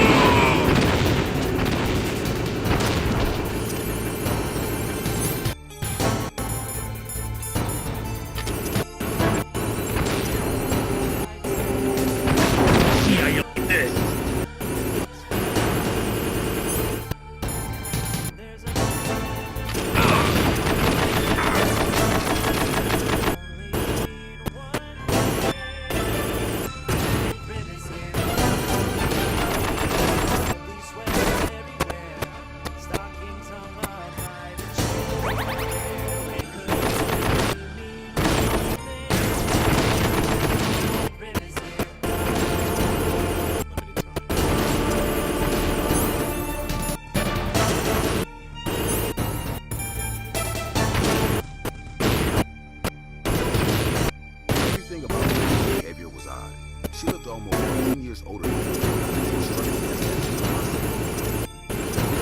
I got far away from my house, deciding against reporting. And one day, I walked into the room and saw Mary working at the counter.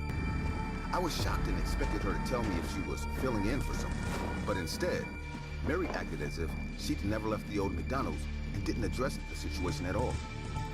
She resumed her usual attempts at small talk and disturbing remarks, but I simply ignored everything she said, got my order, Well, Bob, I decided not to go to McDonald's for a while. you got the And only car. had it when my friends placed orders. We'll play with him a little longer. I didn't know if Mary still You would be worked, wise but I not wasn't to eager to find out. underestimate him. One afternoon, while walking home after getting groceries, someone suddenly bumped into me out of nowhere, and most of my groceries failed.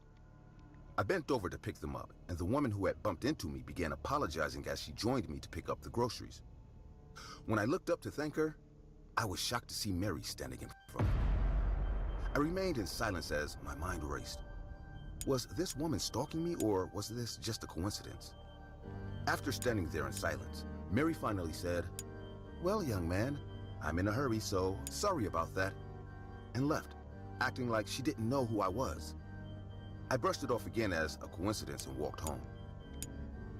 As I got home, I realized my house keys weren't on me, but I was in a hurry and figured I had probably left without them. So I quickly got my spare key from under the mat, dropped my groceries inside, and left to meet up with my colleagues.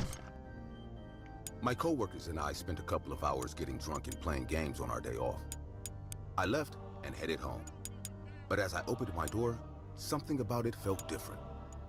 That feeling you get when someone else has been in your home was everywhere. But I was wasted, and all I wanted to do was take a shower. So I quickly looked around and headed to the bathroom. Later that night, I was alone in my living room watching HBO when my phone rang. I was curious about who could be calling me so late at night, so I answered with a simple, "Hello?" There wasn't a voice on the other end, but I could hear someone breathing heavily for about a minute before finally hearing a whispery voice saying, "Come upstairs." I ended the call immediately, assuming it was some kids playing a prank, but something about it felt off, and despite my efforts, I couldn't stop thinking about it, and how I felt someone was in my home earlier that day. About 3 minutes later, my phone rang again, and it was the same number. I simply ignored it and tried to focus on something else. That's when I heard a noise coming from upstairs. I quickly switched off the TV and decided to listen more closely to make sure I wasn't hearing things. Sure enough, I heard a loud noise from upstairs, followed by another, and soon enough, I could tell they were footsteps, and someone was actually in my home. I quickly grabbed my phone and called the police before heading to the kitchen and grabbing a knife. The house was silent for the next few minutes, so I began to walk up the stairs slowly to make sure there was actually an intruder. As I checked each room one after the other, I began to calm down and question if I heard anything at all. Eventually, there was only one room left to check, and as I opened the door to the guest room, I was filled with a feeling of relief as all I could see was an empty room. And the sense of relief I had just gotten was quickly overcome with fear. As out of the corner of my eye, I could see a figure standing behind the door. Before I could say anything, the person jumped on me, knocking the knife out of my hand and settling on top of me, pinning both my arms under her. In that moment, all I could feel was terror as Mary looked me dead in the eyes before proceeding to grab the knife I had dropped. Mary slowly brought her head closer to me and began to sniff me, like she was taking in deep breaths. My skin began to crawl, and I began to struggle to get free, but there was no use, as Mary was a lot heavier than I was. She eventually stopped sniffing me and proceeded to say, "Oh, I missed you so much, baby. But you've been avoiding me lately. You looked so tasty today. I had to see you. And well, now I have to take a little bite." She smiled and continued, "Now, it'll hurt a little, but I'm sure you don't mind, darling." Mary quickly brought down the knife on my hand, taking my pinky finger clean off. The pain shot through my body, and I couldn't help but let out a piercing scream. Blood began to spill everywhere, and Mary couldn't hold back her laugh as she threw my finger in her mouth and chewed it down until nothing remained. At that point, I had begun to close my eyes as I slowly lost consciousness from the pain. That's when Mary said, "No, baby, don't do that. I was just about to have one of your tastier parts." She then proceeded to hold my eyelids open as she lowered the knife slowly towards my eye. Before I could begin to plead with her, Police sirens filled the air, and I was immediately filled with relief. Mary quickly got off me and pointed the knife at me, saying, "No. How did they find out, baby? You didn't call them, did you?" One look at the woman in front of me, and I could tell she was absolutely crazy. She began pacing the room and was visibly worried, so I decided it was better to play into her game than act out, as I already knew how far she was willing to go. "I'm so sorry. I didn't know it was you waiting for me, so I called them. Just let me go down there and send them away, and I'll be right back." Mary looked at me with what seemed to be relief, and I could tell she truly believed what I had just said. She replied, "All right, be quick now." The Rock says, letting me leave. "Big guess." I bolted downstairs with one thing in mind. It's Green Earth. Get as far away from Mary as I could. Hey, remember, insanity takes its toll, so please, have exact change! If anyone else was in the house before storming in, and exiting with Mary in the next few minutes. Lucky me with your girly eye! As she screamed for betraying her. Dad takes the ball! Confirming to the police. In the last few days, I've been informed by the authorities. What hit me with your girly eye? Hey! Suspicion of cannibalism. What hit me with your girly eye? One of her victims to survive. These fans are electric! They should be shouting, "King! King! King!" Say goodnight to Ted! Get up! Get up! What hit me with your girly eye? You can chant the Rock's name all you want, but you're all still trailer park trash. Damn! Nice move! Mixing it up! Everybody look Ted!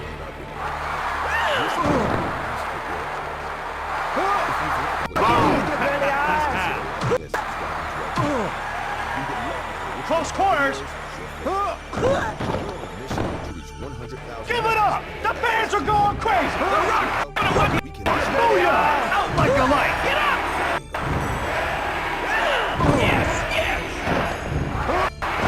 Move right there! He almost took his head off, Shane!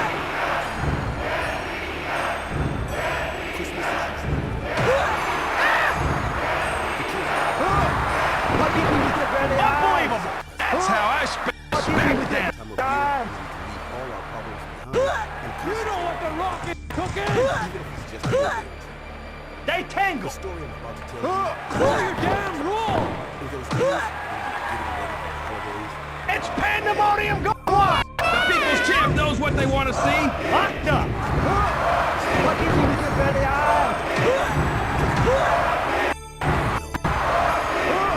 Hey! Slammed onto the... No! No!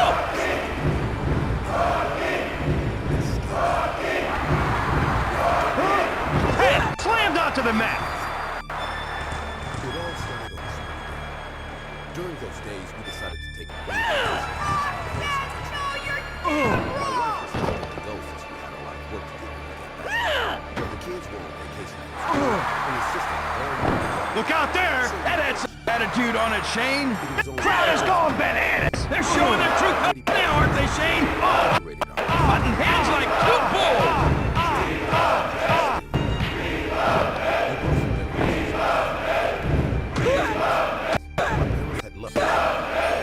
Together!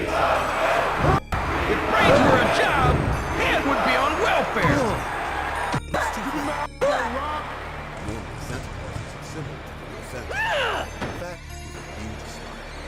But there was something.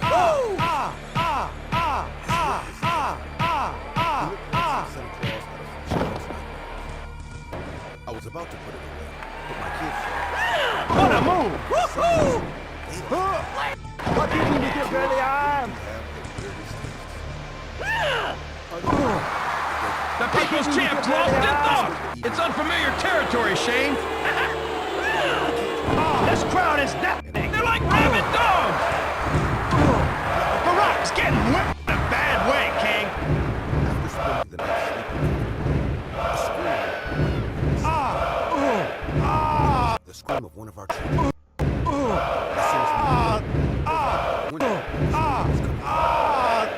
Nice escape by The Rock! He waffled him with that! I felt that impact out here, Shane! This crowd crazy! What's wrong with him, Shane? It's all... Get up! Get up!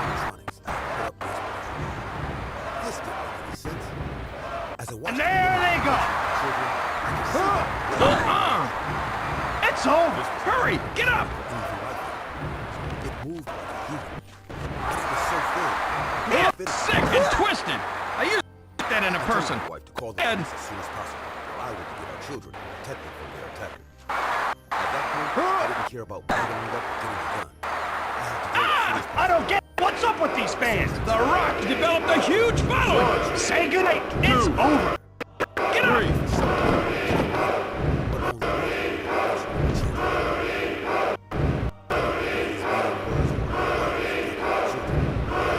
Do something to stop me. With all my strength, I threw myself.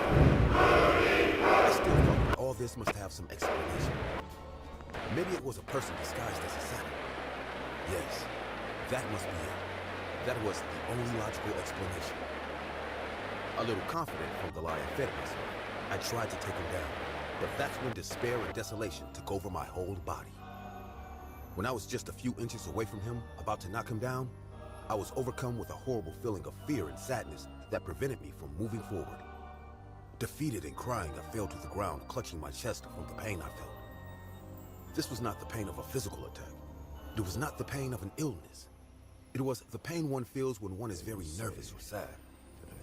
Santa simply ignored me and kept walking in the direction of my children. Whatever it was, he was aware of what was happening to me. Possibly, in some way, he caused it, since he didn't flinch an inch from my attack, knowing what was going to happen.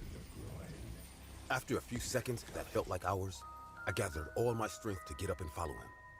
The pain and sadness I felt at that moment was so great that even though it faded as soon as Santa left, it still haunted me.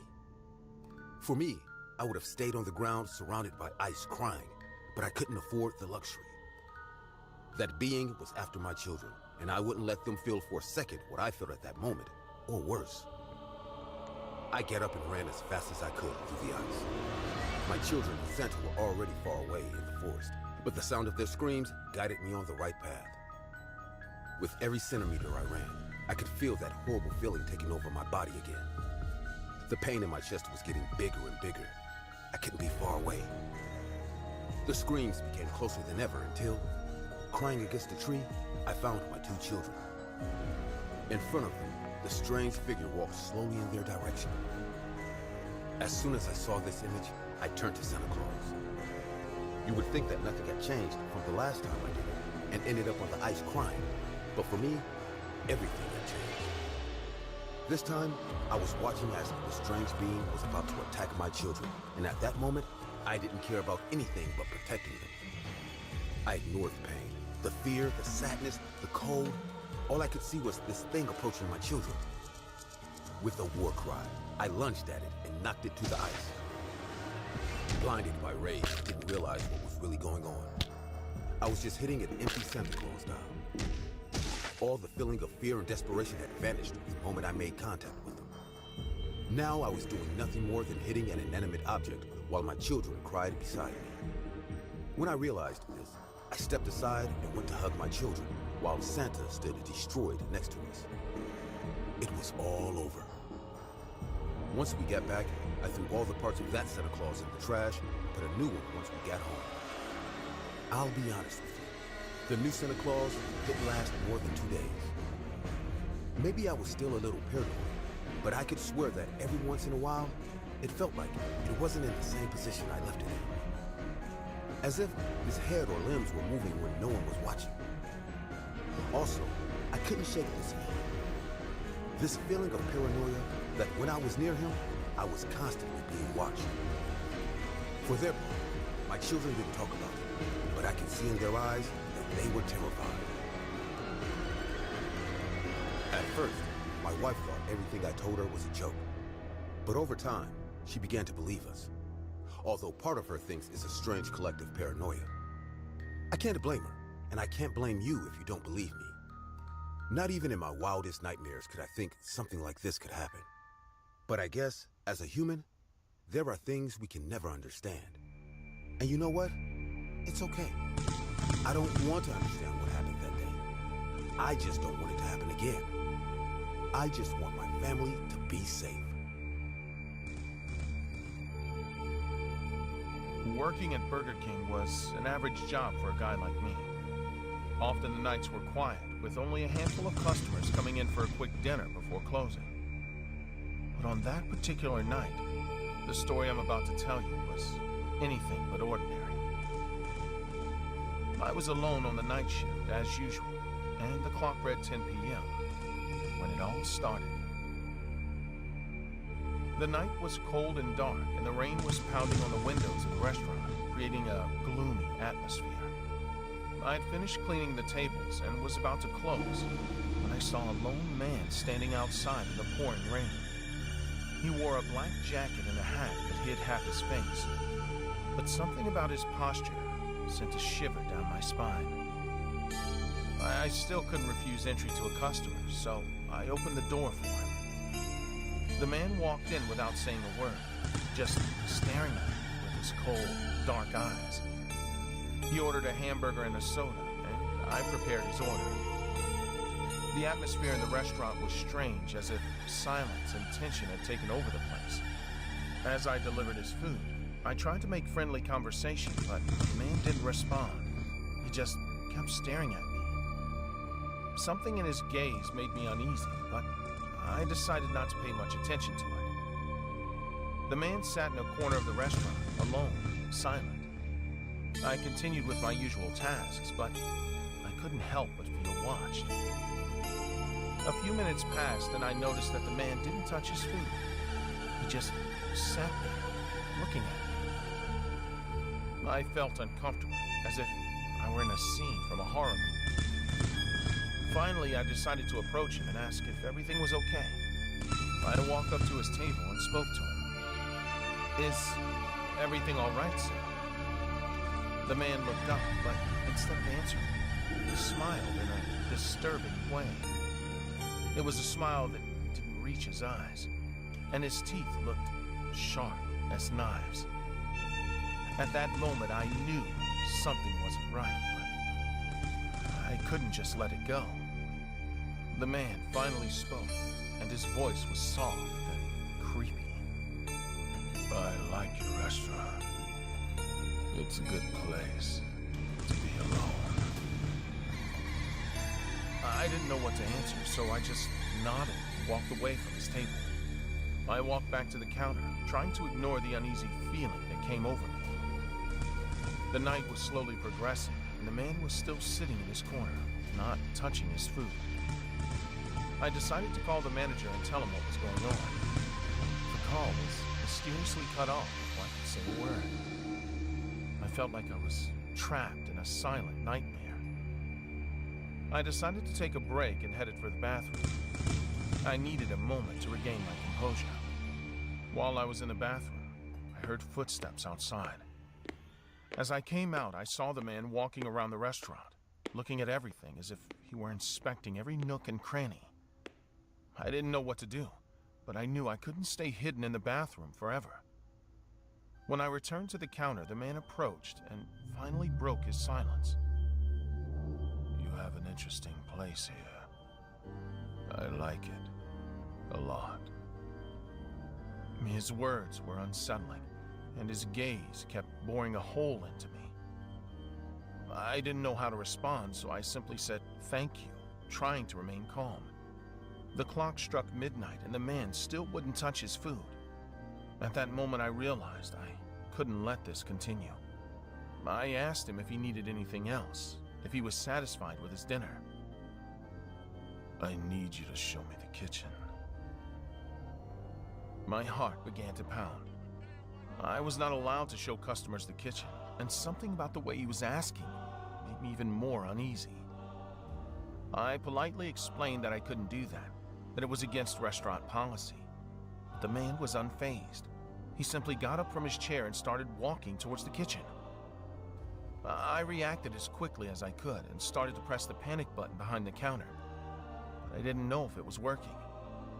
The button didn't react and didn't make any sound. Who knows? Maybe it didn't work months ago. Maybe it never worked. Terrified, I made a really bad decision. Driven by pure fear combined with my survival instinct, I ran after him, trying to stop him. I begged him not to come in, but he wouldn't listen. When he reached the kitchen, he stopped and started looking around as if he was looking for something.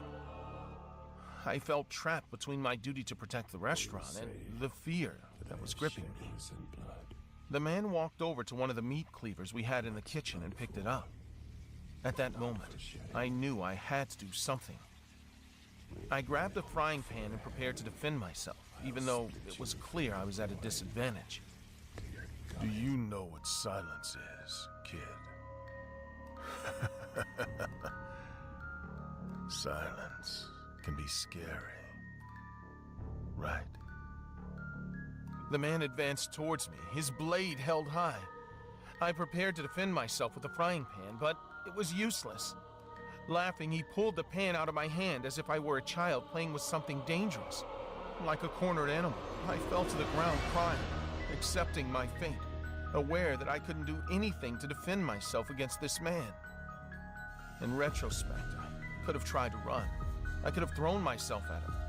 Anything would have been better than just giving up like that.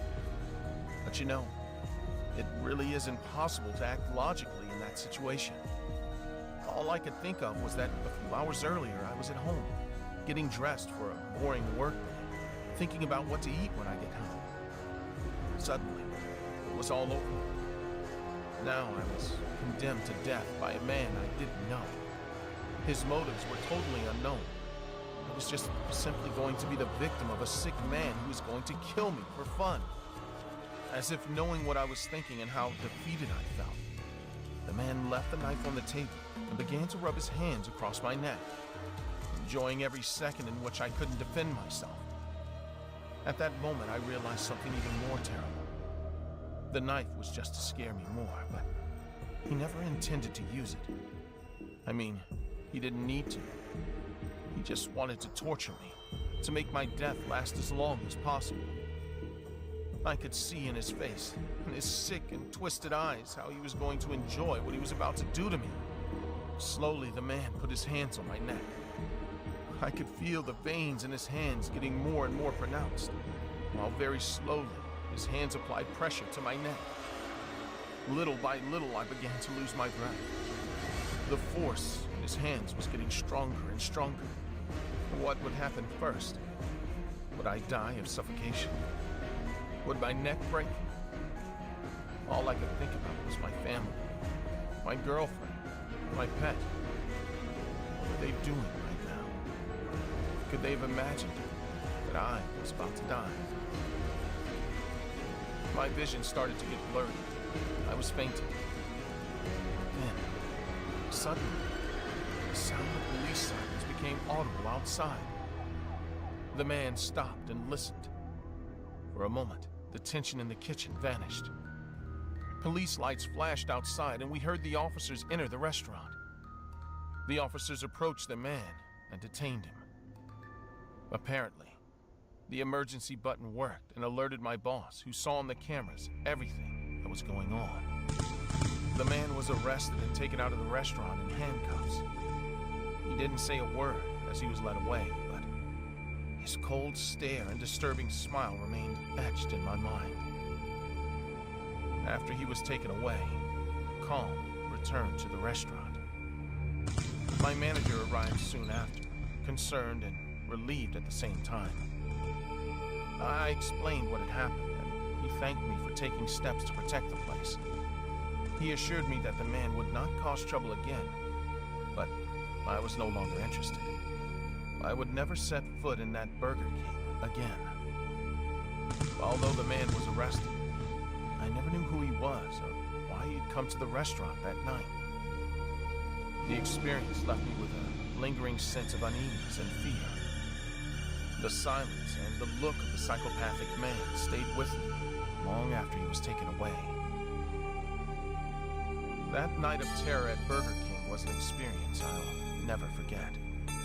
I learned that sometimes evil can lurk in the most unexpected places, and that silence can be more terrifying than any scream. Since then, I never looked at a hamburger the same way again. And I always made sure the doors to my house were locked at night, because I couldn't help but feel that sooner or later, that man would come back to my house to finish what he started. The date was June 15th, 2014. My team and I had decided to finally investigate the old asylum that stood alone and abandoned in Williamsburg, Virginia. This particular abandoned asylum had been the talk of the town for many years prior, with multiple stories and myths, the most famous being about students who snuck in and were found days later completely silent and void of themselves. According to the locals, the government followed up by launching an investigation, sending officials to uncover what had happened. But their findings were so grave, they decided to sweep the case under the rug, hiding all students, parents, and officials who entered the asylum. The case was eventually buried, and the asylum was completely sealed off as toxic and harmful.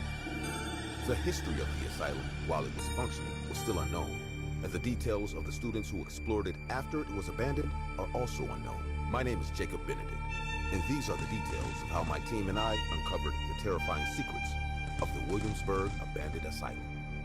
My team consisted of 5 individuals, including me, and at the time, we'd only been paranormal investigators for about 3 years.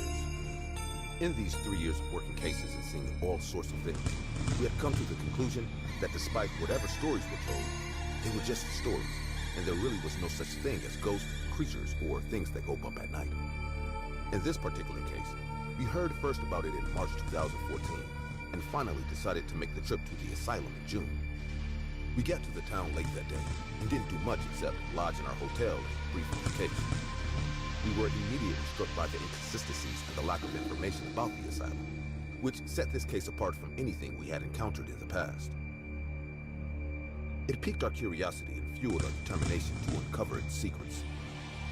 The next day, we headed into town and split up into 2 groups, with 3 of my colleagues heading to the library to try to find out more about the history of the asylum, while Jessica, another one of my colleagues, and I went around town asking locals for any information they had. "Excuse me, ma'am. Do you mind if we ask you a few questions?" I said as we approached a middle-aged lady in the street. She replied with, "Yes, sure. But I'm in a hurry and I don't have much time." "Yeah, no problem. It'll be quick. Can you provide us with any information on your town's old asylum?" I said. The expression on her face changed slightly before responding with, "Well, I can't tell you much. If it has to do with that asylum, I know just as much as you." Her response shocked me, as I had assumed a local would have a lot more information than we did. So I said, "Oh, I apologize. I had assumed since you lived here you'd know a lot more than I do." "Well, I can see how you'd think that, but I'm sorry, I don't know much, and I don't think anyone you speak to would know much either. Ever since I moved here, I've understood that the asylum is something to stay far away from." She paused for a minute before saying, "Of course, there are still stories and ideas, but I'll tell you this for goodwill. Nothing good comes from that asylum. It's best you leave it alone." Despite saying she knew nothing, something about this lady's warning felt real to me. I also noticed she mentioned she moved here, so I decided to ask, "So, before you leave, do you know if maybe there's anyone who grew up here and maybe knows something that could help us?" She looked annoyed but sluggishly replied, "A lot of people grew up in this town, but the only one I can think of to help is Mary. Her family was involved somehow with the asylum, and she doesn't live that far." After that, the lady kindly gave us directions to Mary's house, and in less than 10 minutes, we were standing at our front door. The house was extremely large and quiet, but it was obviously old, and I could tell just by looking at it that there hadn't been any repairs in years. We knocked, and in about 2 minutes, an elderly lady opened the door slightly. "Can I help you?" she said, standing behind the door. "Yes, we're looking for Mary. We wanted to ask a few questions about the abandoned asylum," I replied. The woman remained silent for a while before reluctantly inviting us into the home. The house's interior was just as run down as its exterior, with the paint peeling off and its floors confirming to me that the house was extremely old. Mary showed us a couch and informed us to wait for her here as she went to get what she needed. She returned a few minutes later with a file completely covered in dust and told us everything there was to know about the abandoned asylum was in there. After a while of talking, we discovered Mary's grandfather was head of operations at the asylum while it was running, and he passed away shortly after it was closed. She explained the file was put together by an employee at the asylum during an investigation that eventually resulted in the closing of the asylum. The case was handled quietly, and the family obtained the file after the asylum was closed, keeping it to avoid any scandals or leaks. However, when the kids went missing, the police asked Mary's father for information, and again, the file was used quietly, and the government found its contents too problematic and swept the case under the rug. Mary appeared emotional talking about this. She proceeded to tell us she'd uncovered the contents of the file after her father's passing and had been burdened by the guilt of keeping it all hidden. I wasn't going to help you at first, but you seem like good people. I think you will do the right thing with that file and bring light to the activities of what went down at that asylum. Mary seemed to have confused us for a journalist or some sort, so I responded with, Mary, there seems to be a bit of confusion here. While we do find everything you've told us intriguing, we didn't come here to get the scoop on this. We're here because people believe the building's haunted, and there are various myths revolving around the asylum. We'd hoped you'd know a little bit about its history. Thankfully you did, but we still need to visit the asylum and find out what's really going on. Maybe there's even some truth behind the myths. Mary's expression had completely changed now, and she looked almost pale as she said, Whatever you do not visit that place. Just take the file and release the truth. She paused before grabbing Jessica's arm and saying, That asylum is no place for people like you. The devil lives there now. The devil and all his demons.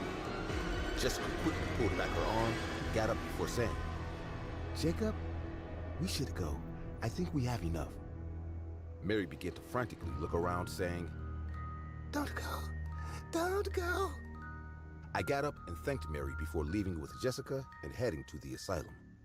Little did I know, that would be the biggest mistake we ever made. I think it was about an hour later, and my entire group was standing at the gates of the asylum. We had met up earlier to discuss what we had all discovered. The group that visited the library didn't find much, but they'd managed to find the blueprints of the asylum. We told them about our discussion with Mary and proceeded to look at the contents of the file together. The file contained all sorts of horrible tests and experiments that were done on the mental patients in the asylum. These experiments only led the patients to slowly lose more of themselves until they were eventually void. As time passed, patients began to die, and the asylum decided to bury the corpses on its grounds. What really began to worry the doctor, however, was the living patients who had already been losing themselves suddenly began to have regular conversations with their dead colleagues. They would be heard laughing hysterically and calling the names of the dead in the middle of the night.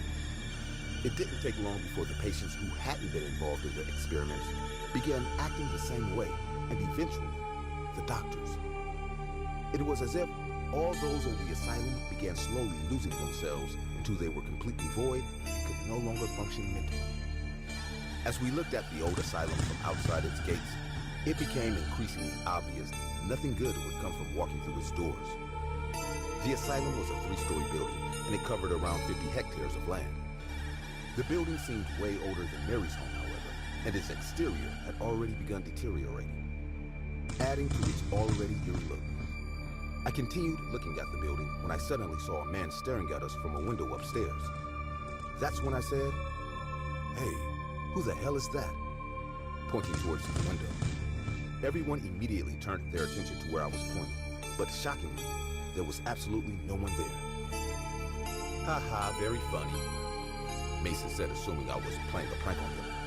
I was stunned and concerned because I could have sworn I had seen someone at the window. Everyone played it off as a joke and began walking into the asylum. I followed behind and tried to focus on the task at hand, but all I could really think about was Mary's warning. I stepped into the asylum. I immediately felt the temperature go down drastically. The building was extremely cold, and although I could tell by looking at it that no one had been there in years, it didn't in any sense feel that way. It actually felt like I had walked onto a stage and had 1,000 eyes watching. We continued walking deeper into the asylum, looking for anything that would explain the paranormal stories that surrounded the building. The floors were still stained with blood, and the rooms were filled with chairs and beds with straps for the patients.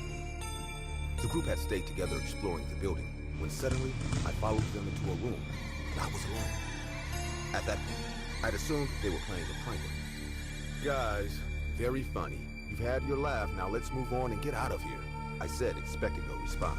Instead, I was met with a deathly silence, and the temperature got even colder.